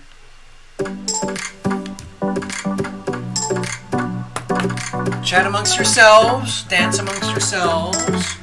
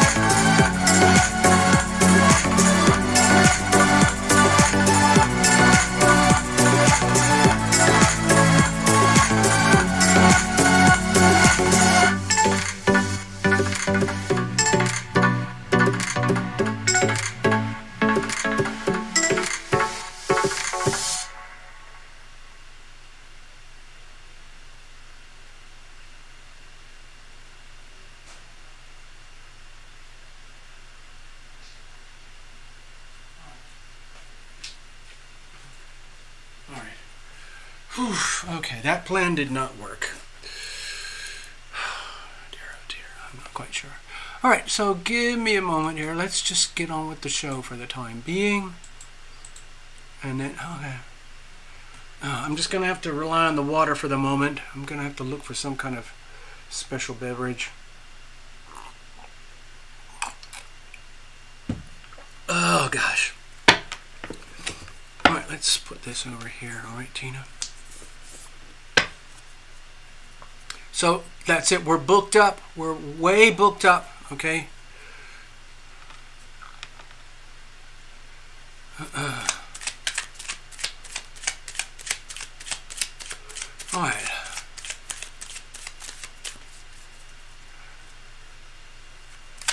All right. Let's have a look here. Yeah, we've been going a long time, folks.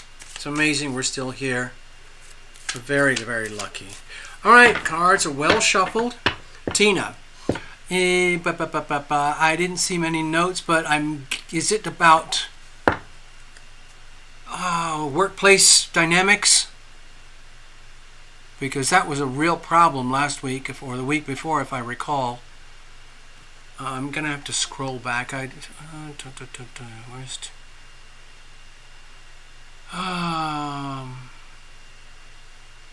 Perceptions at work. Okay. Perceptions at work. Okay, that's perceptions about work. Okay, perceptions at work. All right. Workplace perceptions. Okay, let's see what comes up here. Cards are not... Actually, you know what? I'm going to do it just a tiny bit more for peace of mind. I've fed Bubba and Boo and Bonnie just before showtime to give me a chance of getting through the show without them trying to take the spotlight and demand food from me. Perceptions about the workplace. Okay.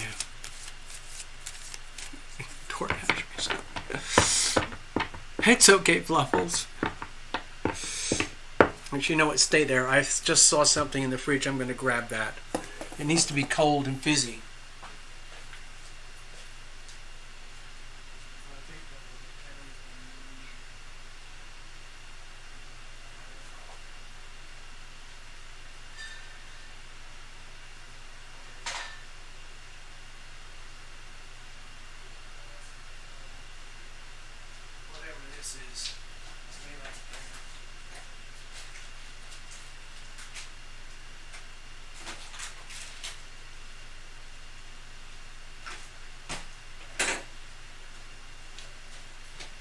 Okay, I'm back. I got something, some kind of raspberry water. Right now, I wish I had some alcohol or some caffeine or something. Doopy-doo. Alright, here we go. Cheers, everybody. It's just fancy water.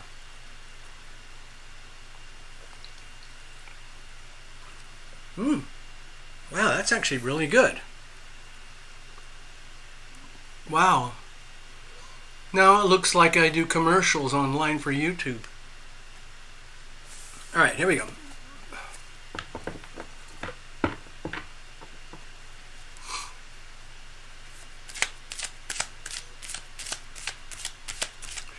Perceptions about the workplace. Okay, Tina.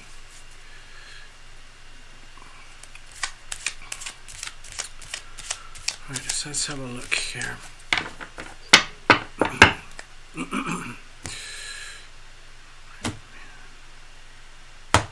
That was a pretty serious cut. So we're getting a lot of, I would say, purity, clarity, integrity from the cards. Here we go. Here's the situation. Here's challenges. Here's how we're going to handle it. And let's have a look at the surrounding influences. We have the Seven of Pentacles. So my first impression here is that it's like it's very obvious that you bring very high value to the situation. And the question is, are those values, is that value recognized?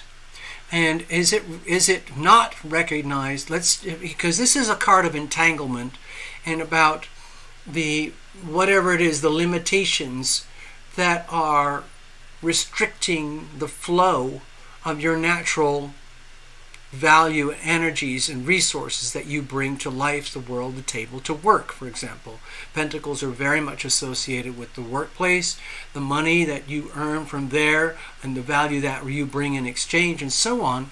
But it's tangled in the weeds in such a way that the true value is not being either understood or recognized or manifested. And how and why would that be so? It might be something to do with the workplace itself, or it might be like unresolved energy that you're bringing into the workplace without even knowing it. And that's, well, it's just another variation on the same problem, but okay. What is that? Hold on, give me a second.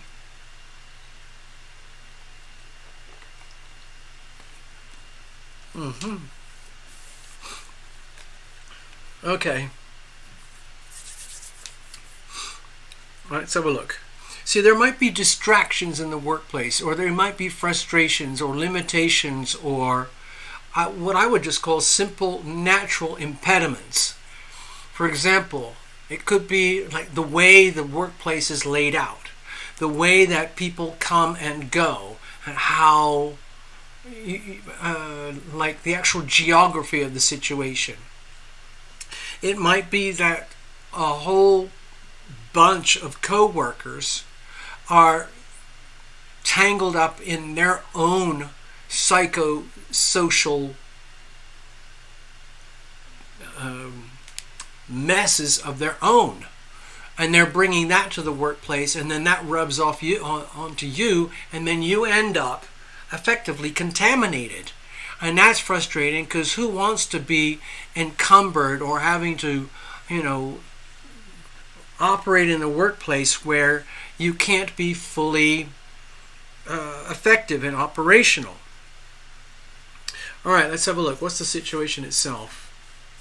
Okay, so this is, to me, like a very powerful affirmation that, again, sort of like the earlier reading, you're bringing a lot to the situation. In fact, it's almost like you have a certain degree of mastery. And I was talking with a Love Triber about this the other day, that you must have a long history in healthcare, especially at the pointy edge of the sword, where you're dealing with the actual physicalities of pain and suffering as they come in through the emergency rooms and the ICUs. I don't know exactly what you're doing over there right now, but it's still healthcare. And so and everybody knows here on the channel that you have a long history of being very generous and kind and loving towards basically everybody. And I think it was one of my very first readings with you, and I was actually using the phrase "a compassion junkie." It's like you can't help yourself. It's a natural. It's a natural. I don't know what the characteristic to bring your skills and talents to the situation, because there's not a lot of people who are good, well, of course there are people who are very, very good in the emergency rooms and hospitals and healthcare and ER, but I've noticed, because I've been in a lot of those situations as a recipient, that there are people who would be better off in a different job, in a different location, a different career, rather than healthcare. But once they get in and they start receiving a paycheck and they have a schedule, and then you end up working with co-workers who are really not at the right frequency for that kind of workplace, that can cause co-workers to radiate auras and energy fields that are effectively toxic, and that can like rub off on you inadvertently. It can be very subtle, but it can also be very, very blunt. But either way, it's very, very important that you remember that you bring a lot to the table, and it's not something you want to just give away like randomly. You don't want to spread your value and your talents where it's not appreciated or deserved, okay? Now, what's the challenges here?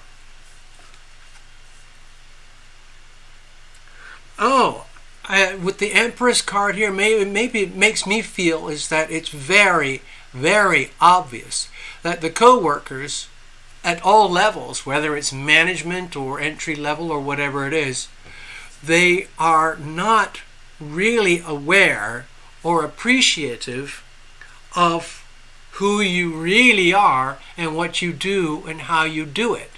sometimes I'm not trying to suggest this, but sometimes people don't realize how lucky they are to have someone like you in their lives until you are not there.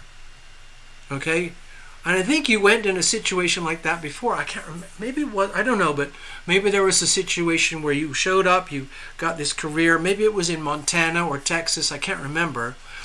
And you brought a lot to the workplace, and then you realized this isn't working for me, Tina. I'm Tina. It's not working for me.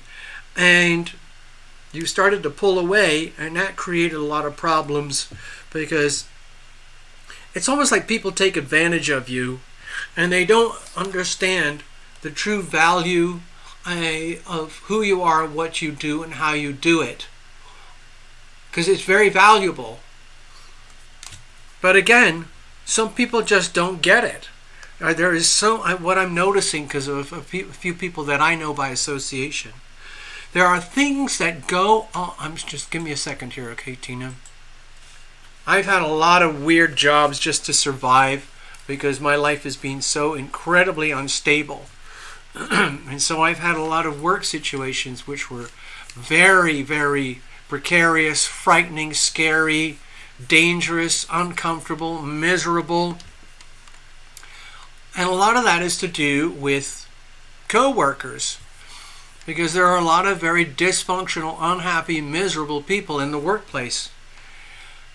And they don't know what to do with their energy. And they sometimes they resent someone who actually is functional and good at who they are and what they do. And they can't take that. It's just like, oh yeah, who the you think you are? Huh? You think you're a production manager? Yeah? Are you in the union? Yeah? Oh, you're not? Oh. So you're not one of us.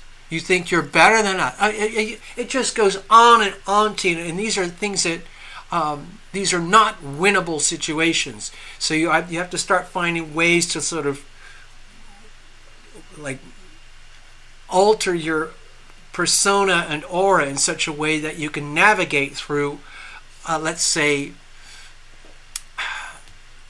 difficult work situations, especially where not only are you not appreciated, but there could actually be perhaps even some hostility. Okay? Let me go back. Maybe it's not even outright. There's no energy of hostility here. It seems to me more like just dysfunction. Typical workplace dysfunction where there are people who are operating like at 70% of capacity or 30% of capacity. They might have qualified to get the job, but they're not that. It's not their true calling and their mission. It's just a paycheck. There are a lot of people who do jobs and it's just a paycheck. They do everything they can to just get through the day, collect the check, and nothing more. And those people can end up being a misery to everyone else around them. And it happens everywhere, and I've seen it in hospitals and doctors and clinics. I'm very, very lucky at the moment with my health care. I've got wonderful doctors, teams, and all that, but I've also had some of the worst things possible in my life happen during supposed health care. And that's because of so-called professionals who really cannot do their job. Oh, what's that? I just saw something. Hold on. Maybe, man. The money. Maybe. Hold on. What are you saying here? Maybe quit, give up on my house, sell my land, leave off the money. Maybe. I don't know. Feels like there it is. Feels like a witch hunt. You're planning a meeting with HR on Monday.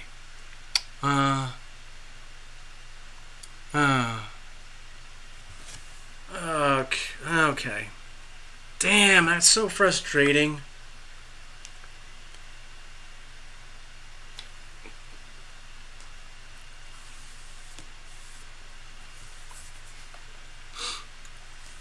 How are we going to deal with this moving forward?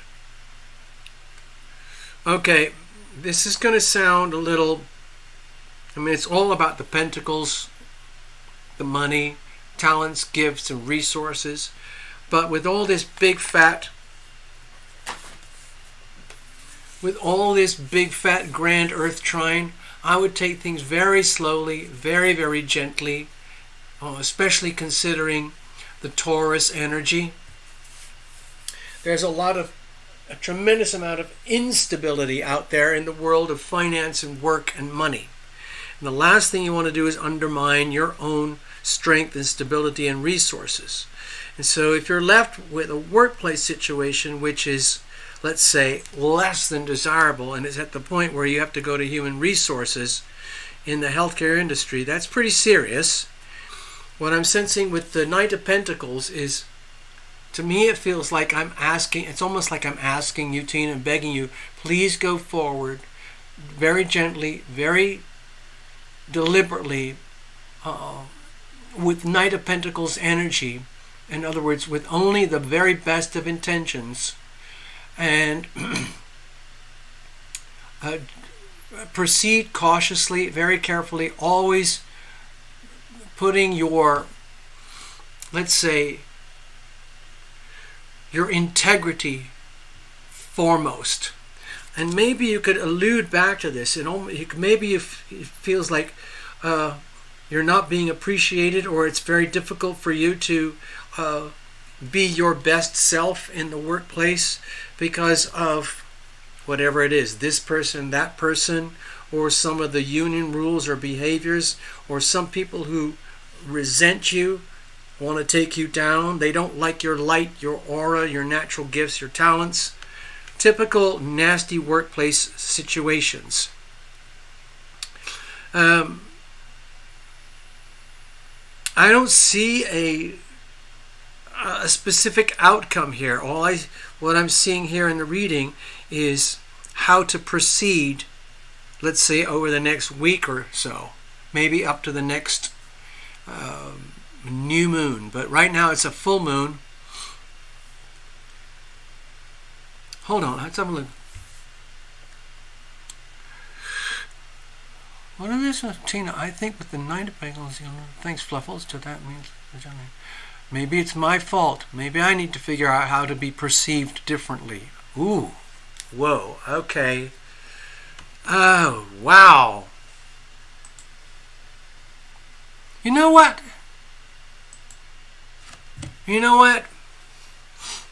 Fluffles. Because your reading was about perceptions, not in the workplace, but perceptions at your hangout, where you're a regular and the others there's some other regulars. You're concerned about your perceptions, like what's not working, and your reading had a certain tone to it. And now we're dealing with something sort of parallel with Tina, where it's about if Tina is considering the idea, well, maybe it's me. Maybe I need to consider how to, change or present myself differently in the workplace. So perhaps that okay, Tina, I'm acting right now like I'm pretending I'm in HR right now. Like, what am I doing wrong? I don't understand it. I feel like I'm enduring a witch hunt. I love my work. I'm really good at what I do, but I don't feel like I can operate at my optimal self. I feel like I don't know what I'm doing wrong. People don't seem to like me. They don't want to work with me. They think I'm a bully or a boss, or I don't know what it is. So I ended up having to come to HR, and it's almost like getting really honest and open about it. Is it me? Is it them? I wouldn't expect an immediate resolution. I think maybe it's a really, really good idea to go into HR right now. I know HR can be a vicious place. You have to be very careful, because sometimes HR has certain allegiances that are already established in the status quo of that environment. And even though HR is supposed to be, let's say, neutral, and they're supposed to take care of, let's say, workplace, what's the workplace issues, contentions in the workplace, sometimes HR departments aren't that gifted. But I still think it's a good idea to go in there to see. You might as well find out what it's like. I don't know if you've been into that HR before, but you might as well find out what it's like if you haven't been in there before. And I don't see any harm in coming out with something very simple, pure, and very, very heartfelt. Maybe doesn't have to be very like businesslike and tough or anything. Okay? Gosh, there's a lot of notes flying around in the chat and I can't really keep up.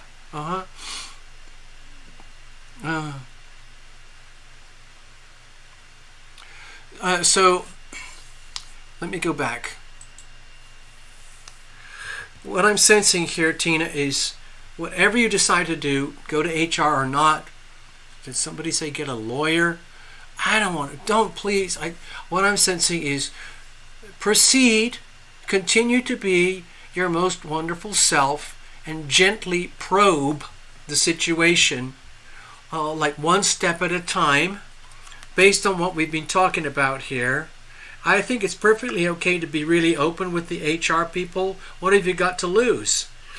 You might as well be the real Tina Miller and just keep it very, very simple. Use the KISS rule. Keep it very simple. Like, I don't know what I'm doing. That's just my perception here. It's like you end up. I know what you're saying, Esther. Okay, I have several minor speech impediments. Okay, all right. So maybe that needs to be brought up in the conversation. If you do go to HR, listen, like, I got this, I got this, I got that, and I'm very sensitive to it. I don't. It might be it might be a Chiron issue deep in the astrology. Maybe you've got a certain. It depends what your Chiron sign is, what house it's in, or anything. But if what we're talking about here, if it may be a Chiron issue, then it could be very sensitive and very painful. Even though it's just might be just a minor issue, it might still trigger great discomfort inside of you to the point where you have to bring it to HR. And even then, going to HR doesn't mean you're going to get everything solved and fixed, but it might really help to bring some openness, clarity, understanding to the situation. Second time being drug tested. It's great. What for? Oh gosh. Oh gosh. You know, I'm thinking about precious moments. You know, she had a horrific time in her workplace and she was a fully top of the line nurse. Look what happened to her. Horrible, horrible, horrible situation. She's still suffering from that. So Tina, all I'm sensing is that okay, Pisces in the 4th house. Well, we have to talk about that later. So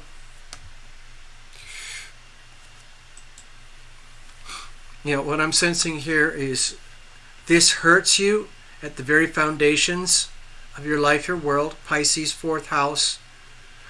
And there's a lot of pain. Okay, let's just do it. Let's flip it like this. You said Pisces 4th house. So let's take this chart. Let's put the Pisces vibes down here and make it in the 4th house. So that's going to put what? Sagittarius on the horizon. Gemini out there. So Saturn transiting the 4th house. Neptune having already been there like 12 years. It's no wonder you're dealing with some of the things you've had to deal with since even before our channel started here.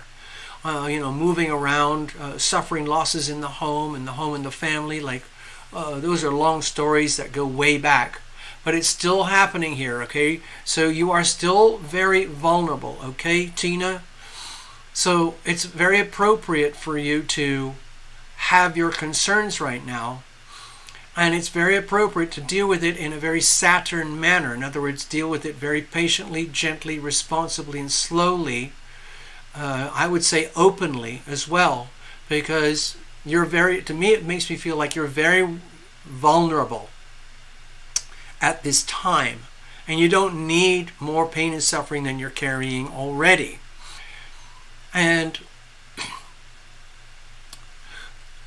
Saturn's retrograde, and then it's going to flip forward, and eventually Neptune's going to come out of there and go into the 5th house. So for now, wherever you have the Neptune, and this is just the global astrology, and you have your own personal, but with the global astrology transiting your 4th house with all that Pisces energy here, and the oppositions up here in the Virgo energy in the 10th house. So it feels like it's no wonder you've got the problems you're dealing with, all right?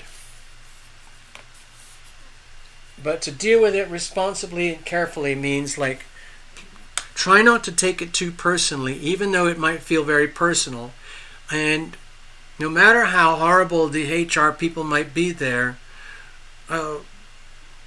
they're there for a reason. They have a job to do. And maybe it's time you get to know them and they get to know you a bit better. Maybe if it's okay to confide about those speech impediments, communication impediments, especially with all the retrogrades and Mercury retrograde, so on. Just take it very gently. Be very kind to yourself. And oh gosh, it sounds awful. Maybe allow the HR to be fully aware of your vulnerability and how it's hurting you, and it's personal. Okay? We'll have to follow up on this later, okay, Tina? But tonight I got to leave it at that for now. Karen, you're up. All right?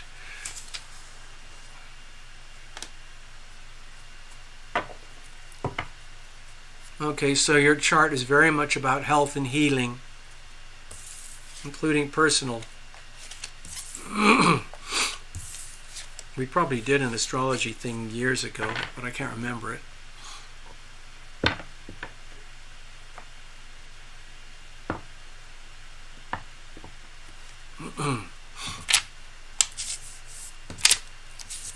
Whew, okay, let's have another sip. I think I'm doing really well here, holding up.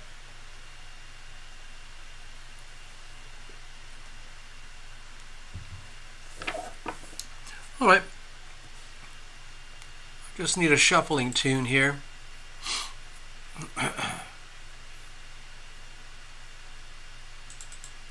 Just give me a second.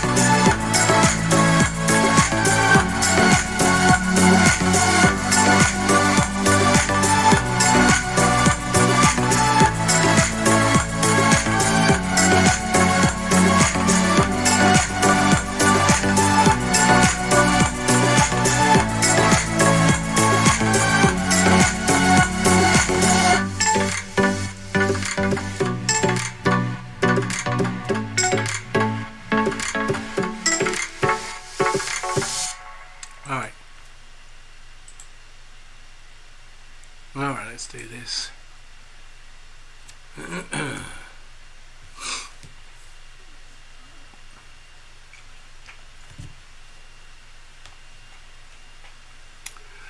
Alright, let's have a look. Karen, you're up. Okay, I've got to get everything sorted out here. It's all about the technology at the moment. My God, all these retrogrades. It's incredible. I feel very lucky to have an awareness of the astrology, and I can track it just like watching the Weather Channel or, you know, Epoch Times or mainstream, not mainstream news, but more of my trustworthy sources. It's just information, you know? But it's very specialized, very privileged information. And I'm glad I have some kind of understanding. And then when you blend the astrology with the tarot, oh, it's a sweet mix. All right, here we go.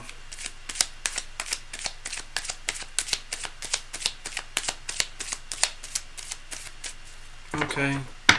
Thanks, Fluffles. Thanks, Fluffles. All right, Karen.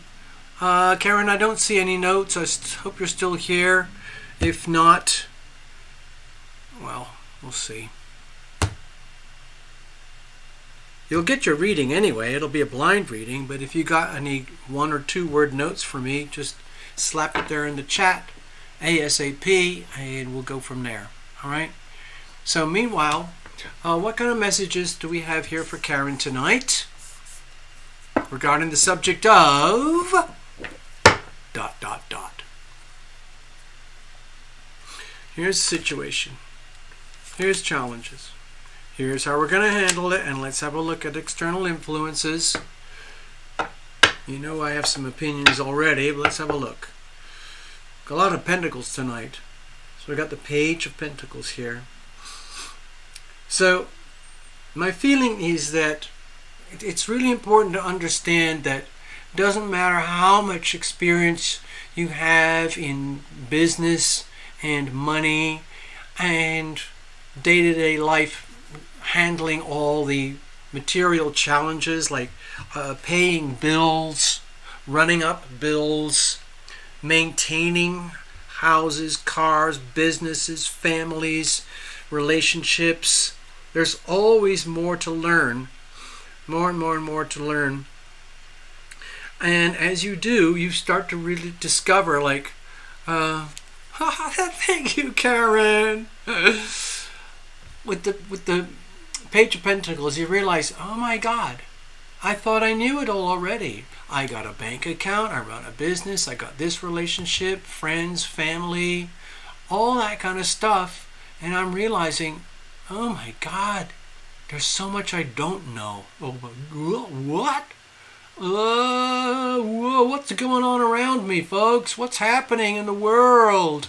Okay, so Karen, one of the obvious examples I'm thinking of right now, which is happening in America, and it's very obvious. Let me check in with you very briefly here. Hi, Karen. You're way over there in New Zealand, okay? It's a 13-hour flight. I've been there 3 times. I love being there. I don't know when I'll ever get back, if ever I get back. Because why? The airfare from here to there has almost tripled. When my little channel here was successful, I was earning my living from the channel. I could pay my rent, pay my bills. I had 3 incredible trips to New Zealand and back. I stayed there for weeks, months. I did shows from New Zealand. I did readings. We had readings all around the world. And the value of my dollar that I earned at that time was considerably higher than the value of the dollar that I make now. On top of that, of course, the channel has been completely crushed and throttled by the algorithm. But in the meantime, it's called inflation.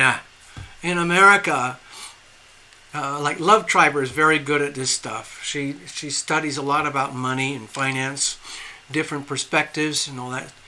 And it's very obvious here. Like a while back, gasoline was $2.50. Now it's $4.75. It's almost doubled.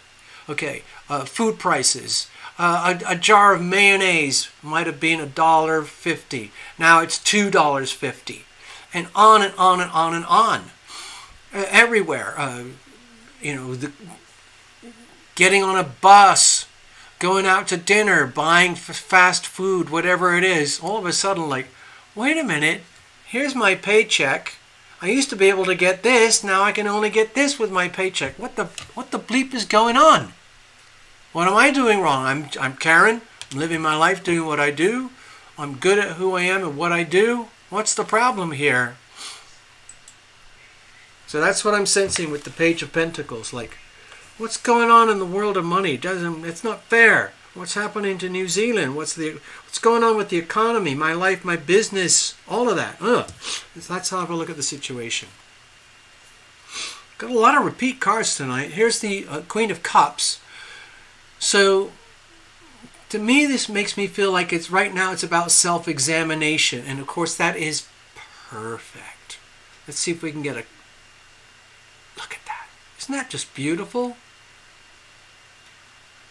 Tonight's really about girl power. Have you noticed, like, these really amazing women here tonight getting these really deep, tricky, awkward reasons about how the women can recalibrate and get back into their power when times are difficult. So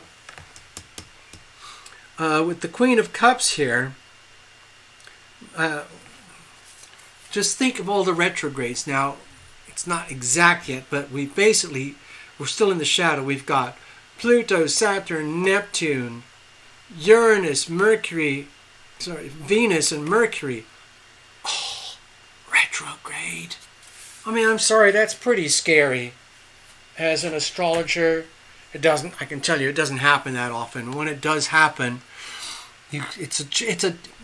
probably the best thing to do is just accept it for what it is and understand and allow that everything that can go wrong will go wrong regarding that particular transit in that part of your house of the astrology, depending on how your astrology is aligned. That's all. Really, really simple. And so my feeling is that if you're having a lot of self-doubts right now and you're trying to figure out, what am I supposed to do now? We already know this. It's a fact. I'm already a very loving, caring person. You're an artist, okay? You're an artisan. And you're in the business of being an artist and an artisan.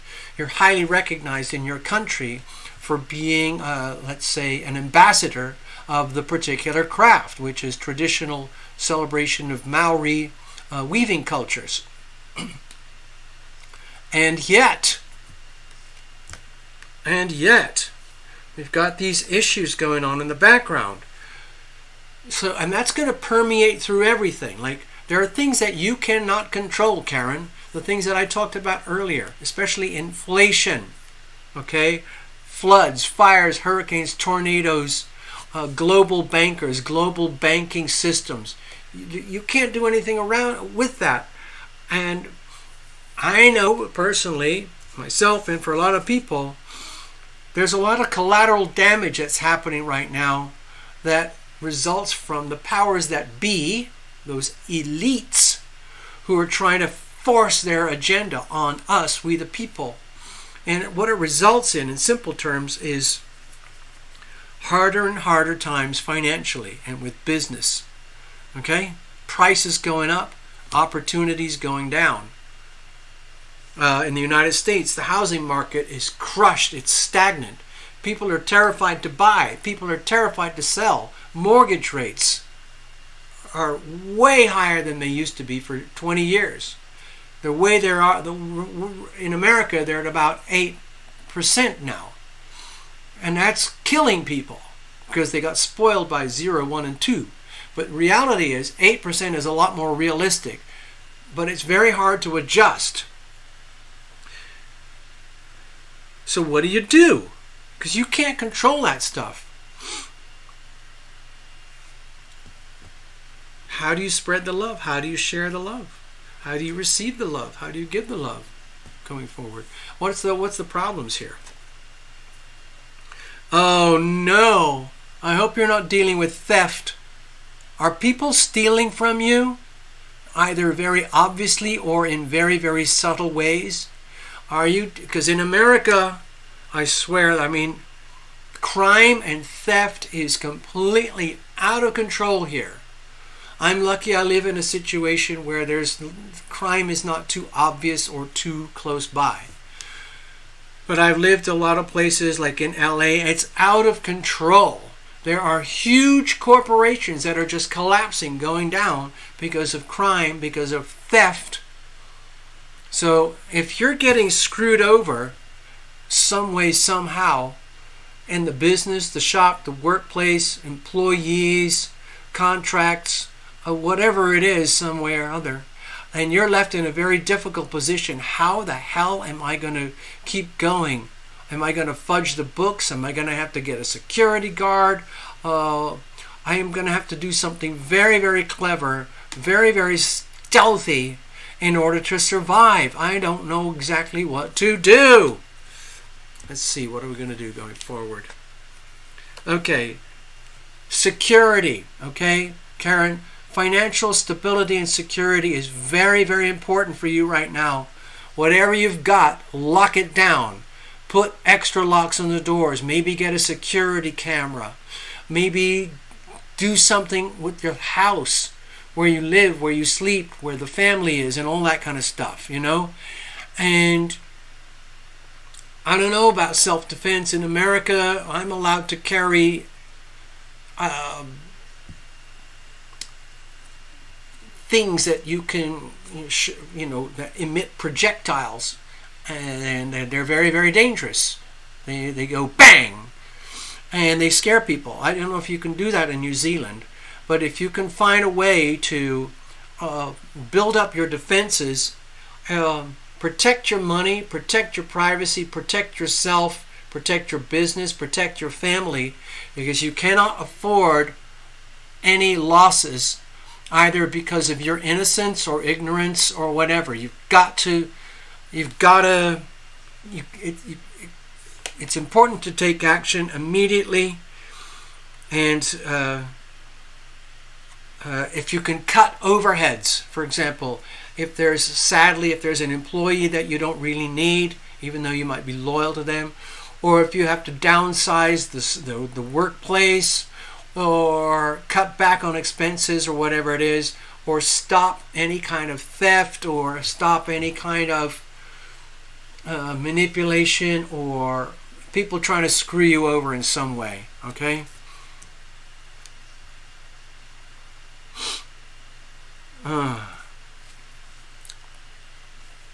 Karen, I hope that helps you. I hope it makes sense. Gregory, you're up. You can write back another time, Karen, and let me know if you're not here.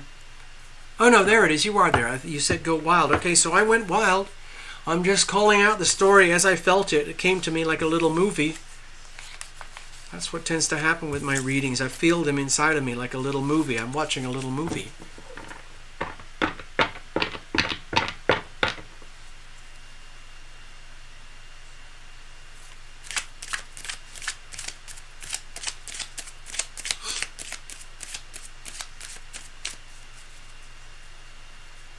Gregory, we haven't hung out in a long time. I'm going to make sure I'm good, okay? We'll figure it out. I'm just going to go for it, okay, Gregory?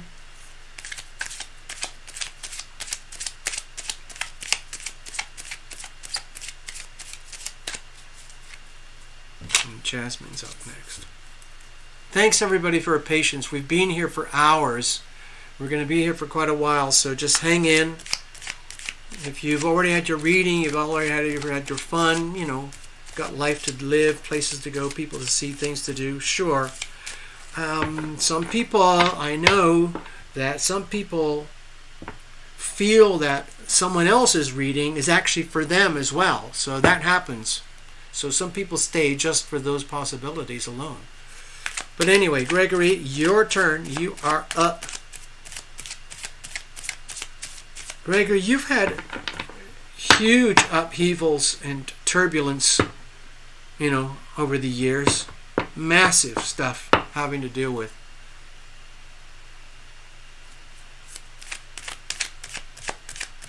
But you're still ticking along.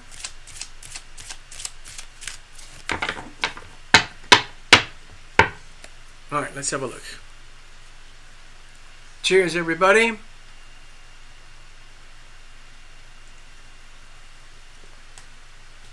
All right, so Mr. Ross, let's have a look. Pretty much everybody knows each other here tonight. Is that correct? We had Steffi. What happened with Steffi? I can't remember. Did I screw up? Anyway, all right, here's the situation. Sorry. I gotta go back here. I have to do a little bit more.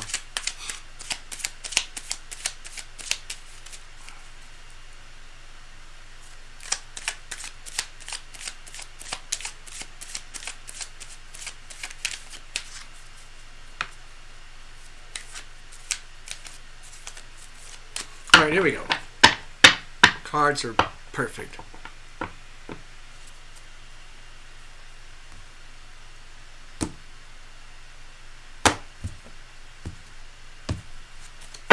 All right, here's the situation. Here's the challenges. Here's how we're going to handle things. Let's have a look at external influences. We got it. Okay. Queen of Swords. There's a sort of a ruthless energy here, but it's also very, very pure. The words are coming into me very, very fast. It's a very strong, powerful energy right now, Gregory. What I'm sensing here is that it's like, give me a second, okay?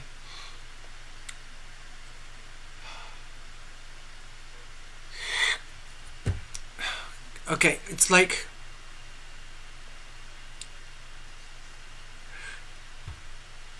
you can be a feisty character, okay? You're very open, very direct. You are, in some ways, a bit of a martyr, especially helping people who can't help themselves, people who might be underrepresented or downtrodden. And you have a history of some pretty vicious energy that comes at you in the workplace. And after a while, it stings, you know? You're a good man, Mr. Ross, and you work very hard, very noble. You're a man of the law. Everybody knows that here. And you do your job. But some people do not like the truth. They don't like honesty. They don't like integrity. And you've probably seen it in the American political system, the American courtrooms, the American Department of Justice. There's an extreme perversion happening in the American legal environment right now, the Department of Justice and so on. And you've got adversaries, yes, that's true, well-established adversaries. And I don't know... What I'm sensing here is, I don't know how else to say it, it's time to cut them out of your life.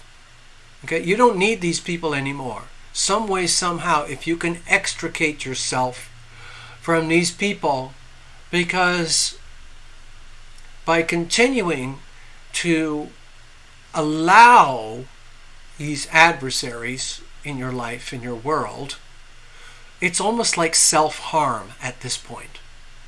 Now, I'm not saying I have a solution about what to do or how to do that or not do that, but the energy I'm feeling here is that let's go over here. I'm going to show you. This axis is very, very, very strong right now, okay? And the full moon's the moon's here right now in Capricorn, and it's going to be over here in a couple of days, okay? So it's going to be very, very acute. Sun in Virgo opposite Saturn and Moon in Pisces. So you're going to see a lot of what's not healthy or working in relationships, especially if it's adversarial relationships in the career, workplace setting, and so on. Because that's implied here, okay? So the question is, what are we going to do about it? And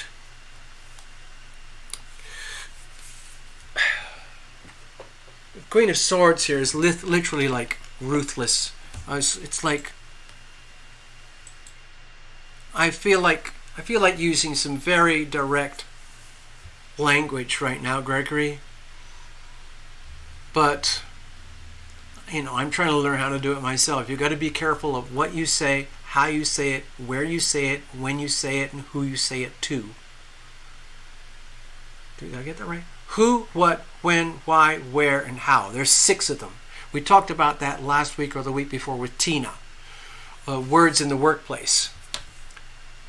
Be careful of what you say. Who, what, when, why, where, and how. Because that can ricochet, boomerang, backfire very easily. It can also happen with perpetrators. They can be expressing themselves inappropriately, and it backfires on them very, very badly. But either way, you're as vulnerable as anyone else to all these retrogrades. And what I'm seeing with the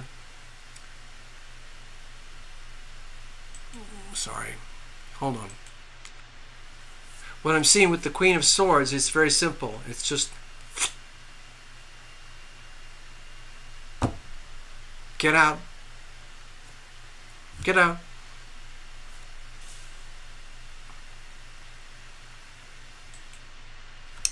All right, because you don't need that. You could also do the inverse version of it, is to literally excommunicate yourself. It sounds harsh, mean, self-destructive. But I think this is also to do with the Aries North Node thing, where it's time to put yourself first and your welfare and your well-being as number one. And if you have adversaries that are taxing your health, your integrity, your happiness, then bug spray, zap. Okay, what's the situation? Look at this, repeats. Queen of Cups here. So let's just affirm, you already know you are very compassionate, and you share that very carefully, extremely generously in your craft, your work, in the field of law, and the people who you have represented. Sometimes it doesn't always work. Sometimes you get resentful clients or really hostile adversaries in the courtroom. But you continue anyway, okay? So the question is, like, what do I do now? How am I going to carry the aura, the wonderful aura energy of Gregory Ross forward in a way that I don't bring so much pain upon myself?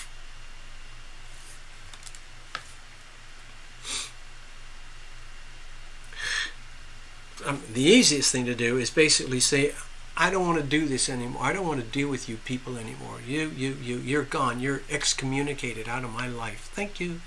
Bye. Let's have a look. What's the challenges here? Okay.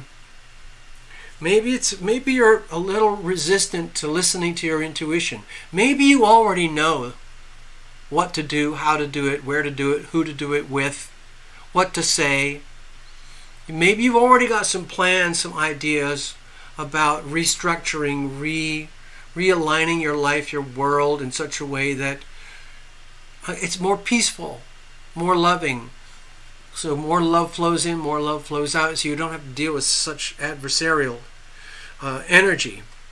And so with the Two of Swords here, my feeling is that you already know deep down at the deepest levels of your intuition, and you have already been guided, and you all are already aware. It's the question of being ready, willing, and able to act on your true intuition, your true spiritual divine awareness, which has come to you, which is there already. The other thing is that you might be resistant to praying for solutions and asking for guidance and protection, because you want to figure it out through the ego, through the work of the mind, the work of the self, which would be separated from the divinity. So my first leaning is to the first way I interpret this, is that deep down you kind of know.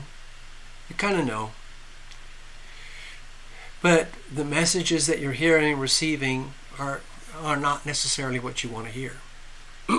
So how do we move forward in that situation? Let's have a look.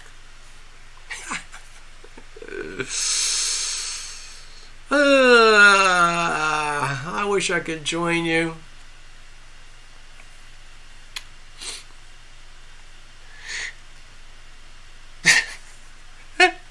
It feels to me that you just basically, whatever that hidden message is, that secret message is that you kind of already know, maybe you don't really want to act on it, maybe you don't want to admit the implications of what the real message means, so you don't want to act on it because of potential consequences, whatever they may be. But when I see the Three of Cups here, it's almost like, who cares anymore? What does it matter anymore? I might as well do the big F you to whoever, wherever, and just get back, well, not get back, but to reorient my life so that I can be happy and hang out with people who actually appreciate me, people who love me, people who like to be with me, and people that I like to be with. Both. It has to go both ways.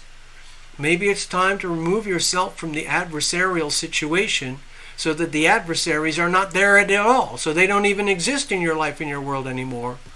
And you create something new based on what makes you feel good inside.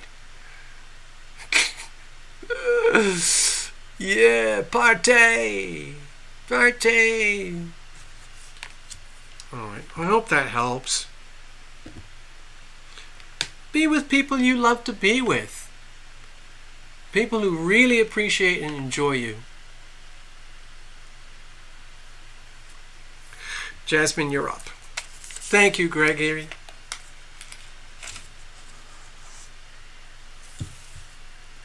Doopy-doo. Okay, I'm going to shuffle it up. Let's go over here. I need to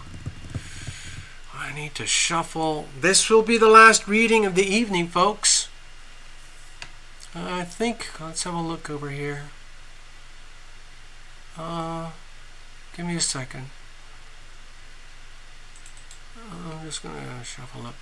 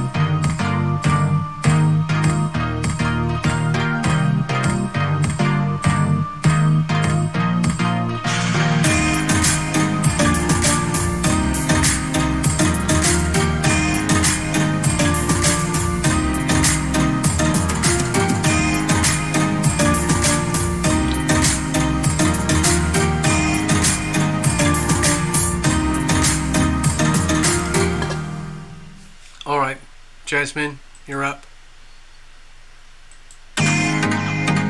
Shut up.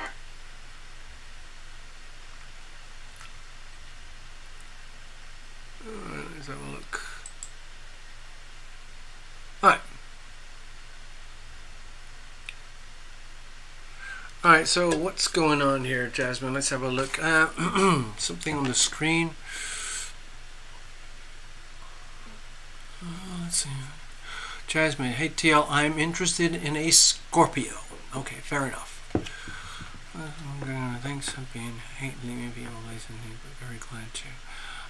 Thanks for all those readings, TL. No problem. Fluffles.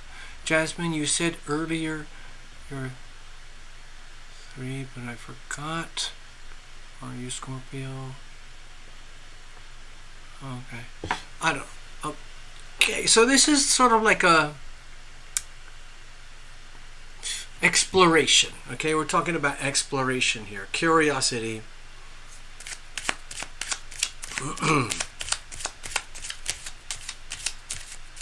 Now, just a heads up for all the Scorpios out there. Okay? Capricorn Sun, Taurus Moon, Cancer Rising, Scorpio Mars, and I'm interested in a Scorpio Sun. Oh, interesting. Well, Jasmine, I'll just tell you straight off. The Capricorn Sun and Scorpio Sun would typically be like a sextile, quite harmonious, very natural, comfortable kind of alignment. Actually, a kind of energy of an opportunity. I'm not going to do a full-blown love reading here. That's a much bigger spread, a much bigger... I don't have the time or energy to do that. I can do that, Jasmine, if you want to, but that would have to be a whole private affair, and that takes a lot of time, and we'd have to book it and do the whole private Zoom stuff, okay?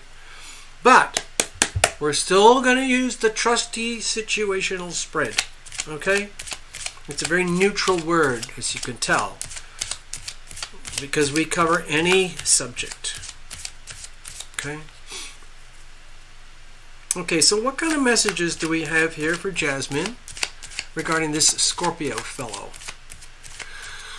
Taurus Moon, okay, so there's a very strong link there. You've got a Scorpio Mars, Scorpio Sun, there's a very strong link there. Wink, wink, I see your little wink winks. Now, of course, for things to work, it would have to be a mutual thing. And so we'll see what happens. Let's just see what the story tells here. Just from your notes there, I see some automatic compatibilities and automatic attractions. Okay, just default by default.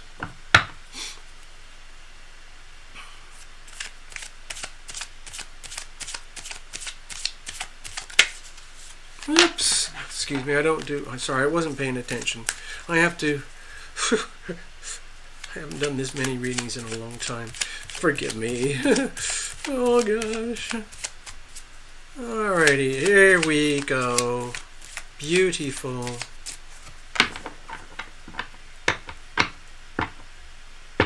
Oh, guess what, folks? Nadine's here.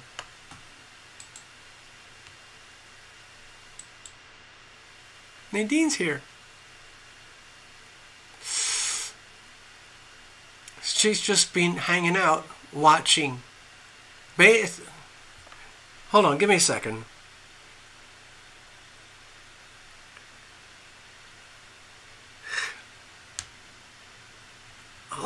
Okay, what she's saying is that I just wanted to hang out behind the scenes to see how you do what you do. The only ever time I got to see how you do what you do is when you were visiting and you did a couple of live shows and I was there with you in person. And it's been a long time. But she's here with me in my own environment, in my own studio. So it is different. Oh. She's saying, carry on, don't mind me. I'm just sitting here watching. She's being her lovely, wonderful self. She's just bringing me a lot of light. Maybe that's why I'm doing, maybe that's how and why I can handle all these readings tonight. Because she has a tremendous effect on me in bringing power and light forward that might have been dormant or obscured. That was one of the things that I really enjoyed about our relationship. Anyway, here we go.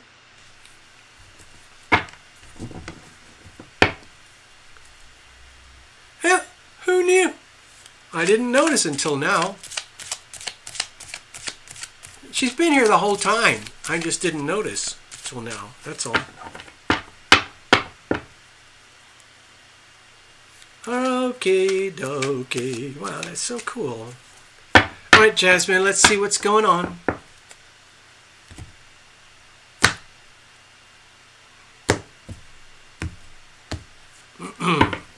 Here's the situation. Here's the challenges. And here's how we're going to handle things. Let's have a look at external influences.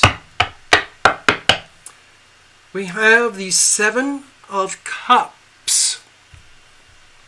So my feeling right now, even though I've got some very positive, like technically supportive energies that we're talking about, it doesn't guarantee success or happiness. Because some people can be very magnetically drawn to each other with the astrology, but can either party handle what it really means? Because in a relationship, when the closer and closer people get, the more and more they discover each other's strengths and weaknesses. And when you have certain polarities, like you've got, I think you said, what is it? Taurus moon or something. What did I miss? Hold on.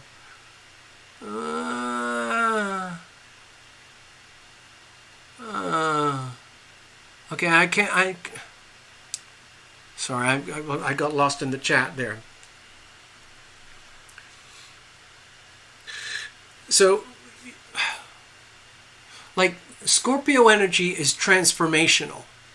So in some ways, my feeling that you have to be careful what you wish for, because it's, to me, just from your notes, it's very obvious that you would be attracted, probably both to each other in one way, shape, or form.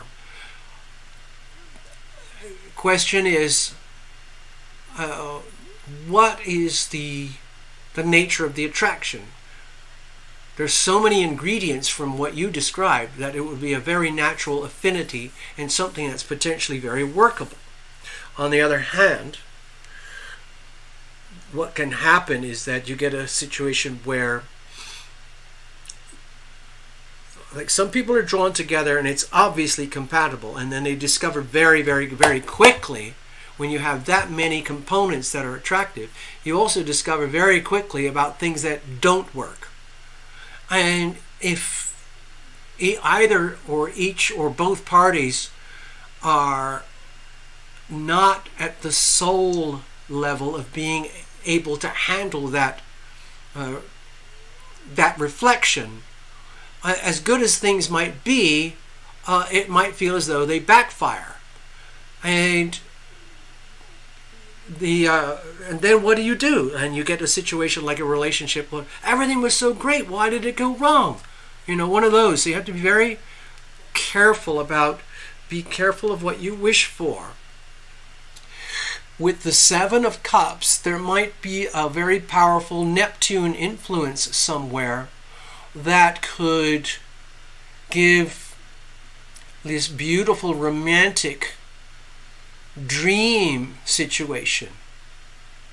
It really could be that way. It might be a very Neptunian thing. We'd have to do a really deep dive with the astrology to figure that stuff out.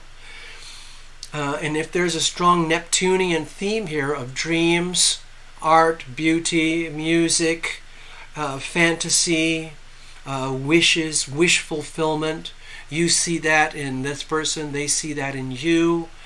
But it's also, it could be very, very easy if there's a very powerful Neptune Neptune influence, it could be very easy for things to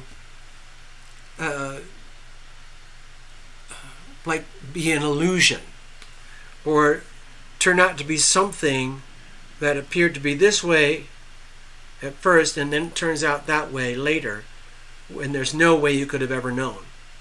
Now, not every relationship's like that. A lot of things are very obvious right from the get-go, and they stay that way. But either way, we learn a lot about ourselves by being with someone else, and vice versa. They learn about a lot about themselves being with you. If they can't handle the reflections that come from you, then you could end up seriously disappointed because they might not like it.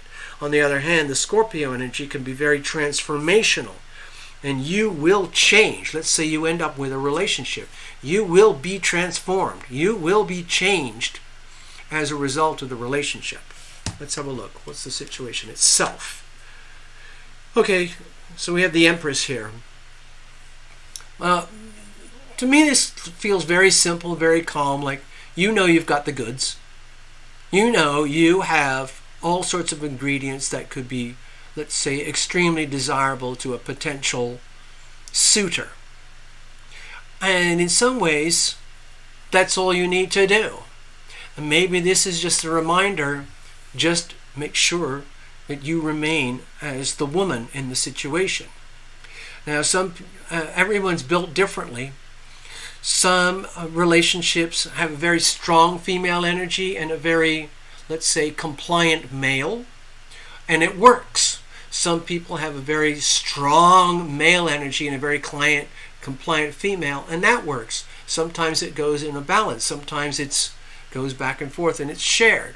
But in this situation, what I'm sensing here is that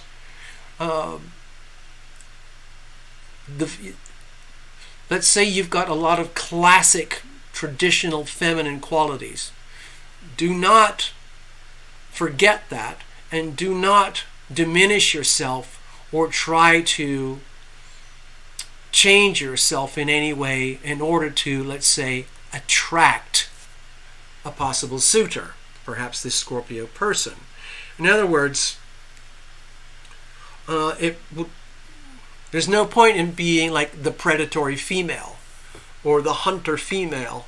It's much more appropriate to just simply be the female and radiate the aura, the pheromones and all that stuff, and let them come to you. It's great that you're aware. Maybe you've got very good radar. Maybe you spotted someone that's potentially a good suitor. Let's have a look. Now, what are the challenges here?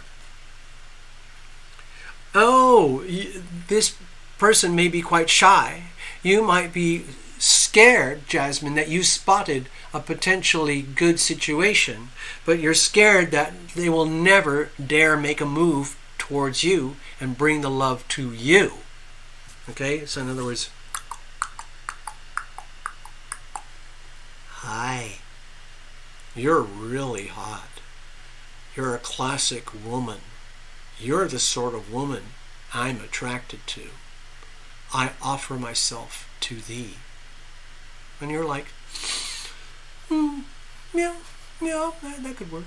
Yeah, it's pretty good. Yeah, you'll do. Yeah. And it might be that never happens. Because guess what? A lot of people are so terrified of the energy of rejection that they don't even dare make a move. In other words, I'd rather just not even go there than the whole idea of, we talked about this a few weeks ago. I don't think you were here, Jasmine, but it was, I call it the dumper and the dumpy. Nobody wants to be the dumpy. Nobody likes being rejected. Nobody likes being dumped, especially if you've shared your body, your love, your life, your world with another person, maybe even a significant other, and they all of a sudden are like, this isn't working anymore. You just need to go. Goodbye. Bye. We're done. I'm out. Have a life. And then you're like, wait a minute, what did I do wrong? It wasn't me. take it.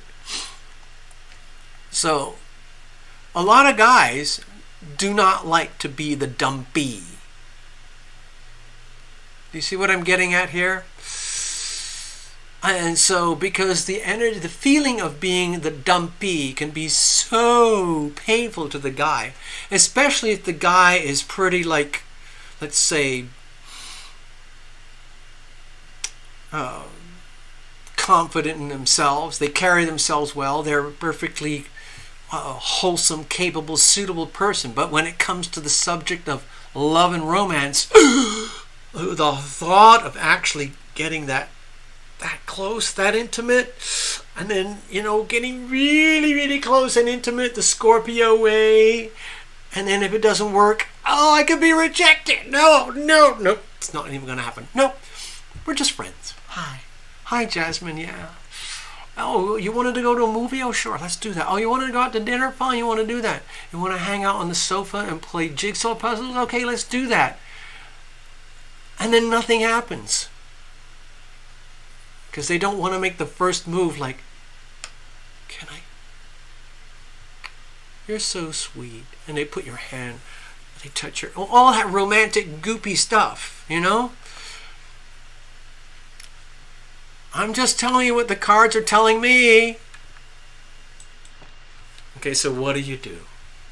Some Scorpios are extremely shy because they know they have a certain magnetism on women if it's a male Scorpio. And of course, female Scorpios can be absolutely devastating because they're like, they just suck men into the Venus flytrap.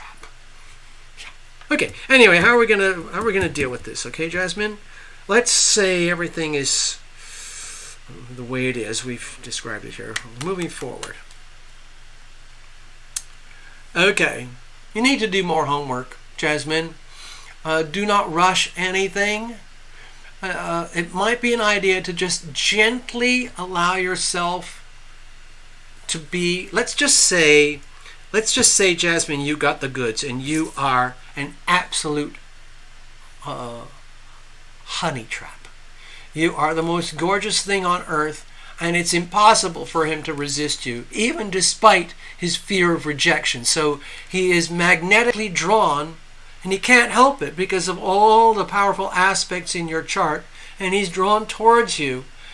And he's like, oh God, I don't know if I can do this. I don't know if I can do this. I don't want to be rejected. Oh, hi. Hello. Gulp. And then a relationship sort of dynamic starts and things start to flow. Energy starts to flow back. There's nothing serious, nothing heavy going on. It's just, exchanging energy, getting to know each other, and and then discovering that, yes, there are things that can be very, very dynamic and attractive. But you don't know until you get closer. It's just like, I'm sorry, this is going to be offensive, but like when you're shopping for a car, or you're shopping for a used car, or you're looking at damaged goods, or you're looking at a new car that looks great, but it has a terrific number of recalls because of transmission problems or something. Are you looking at a person who, let's just say it, damaged goods, Anyway, with the Seven of Pentacles here, my feeling is just be your most awesome, gorgeous, feminine, Jasmine, womanly self. Allow, maybe, exude a little bit above and beyond the normal pheromones so that he finds you irresistible and he actually takes the risk of approaching. Because you're never going to know. You really have to find out what is not working about this guy. He may have all sorts of noble qualities that you find very, very attractive. But it's also very, very important to find out what's not working and what's not attractive. He might have some really squalid habits that you don't know about.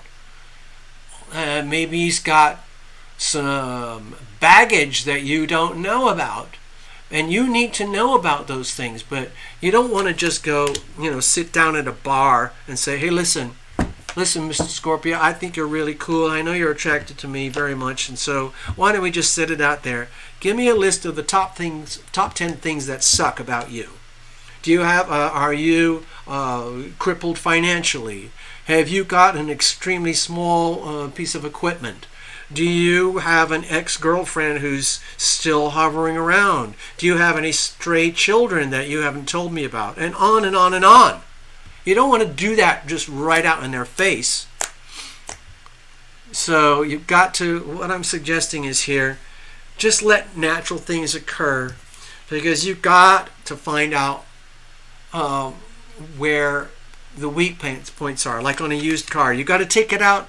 I'm not saying the classic thing, you got to take it out for a test drive, but you got to get pretty close. You got to find out the things that, because we're all used goods. We've all got damage. We've all got baggage. You got to find out what that is. What are the impediments before making any kind of commitment? I'm not saying you're not going to have a commitment, but you got to do a lot of homework. Okay? You don't want to get sucked into the illusion that happens on first. Okay? Wow, I hope that helped. I hope that helped, Jasmine. I hope it made sense.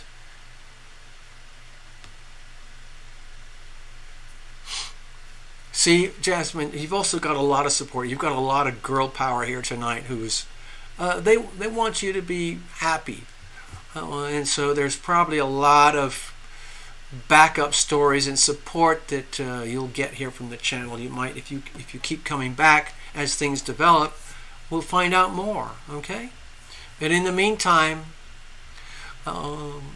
be aware of Neptune issues, okay? That could be alcoholism, addictions of some kind. I'm not going to go into any details. Unresolved health issues, that could be an impediment, or a history of deception and betrayal, trying to get through life. Because I don't know a lot about this person, but you confided a lot about yourself, and just his Scorpio sun, there's a lot of compatibilities and natural attractions there already, just with the stuff that you confided. So in some ways, you're a little bit vulnerable. Okay? So just be careful. Okay. Okay. All right. Thank you very much. So I'm going to pull this up, clear the decks. We're going to wrap it up.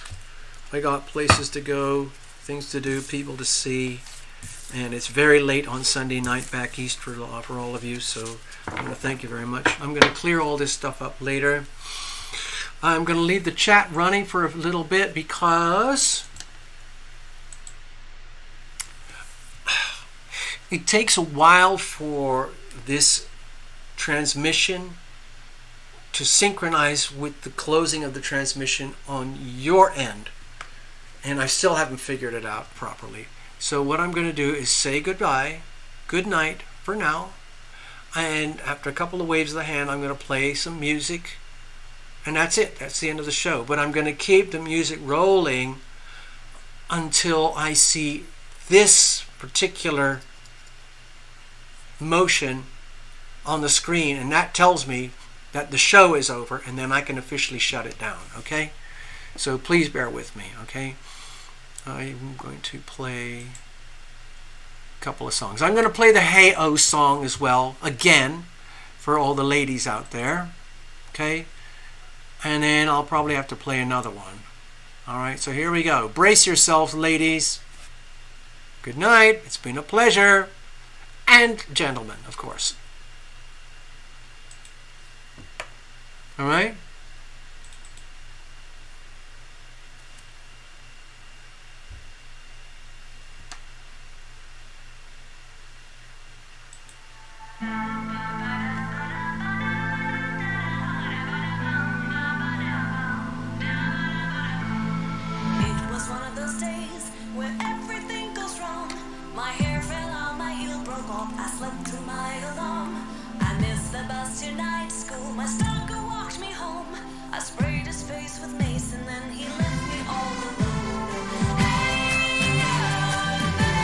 Tonight, I'm gonna dance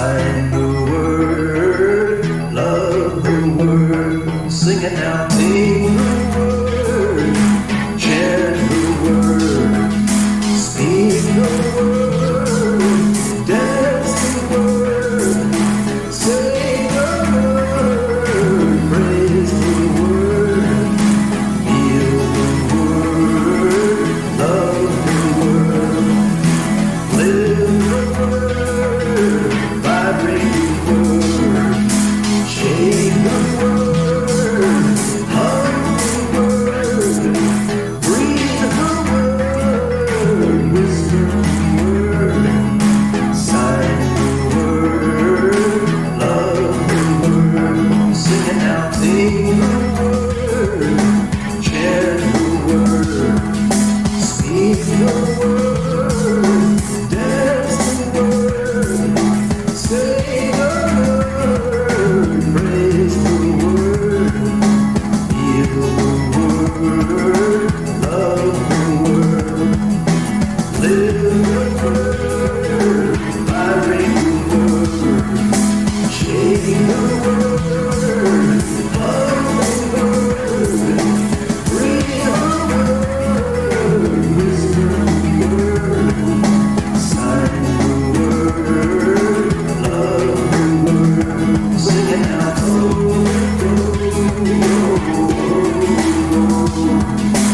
oh, sing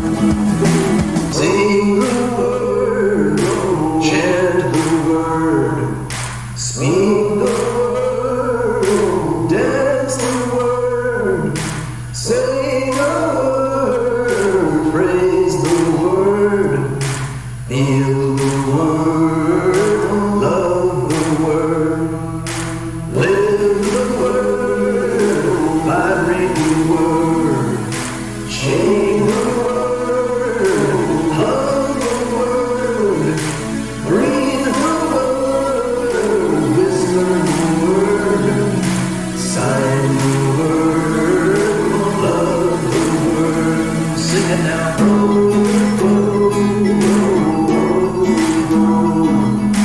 oh, oh,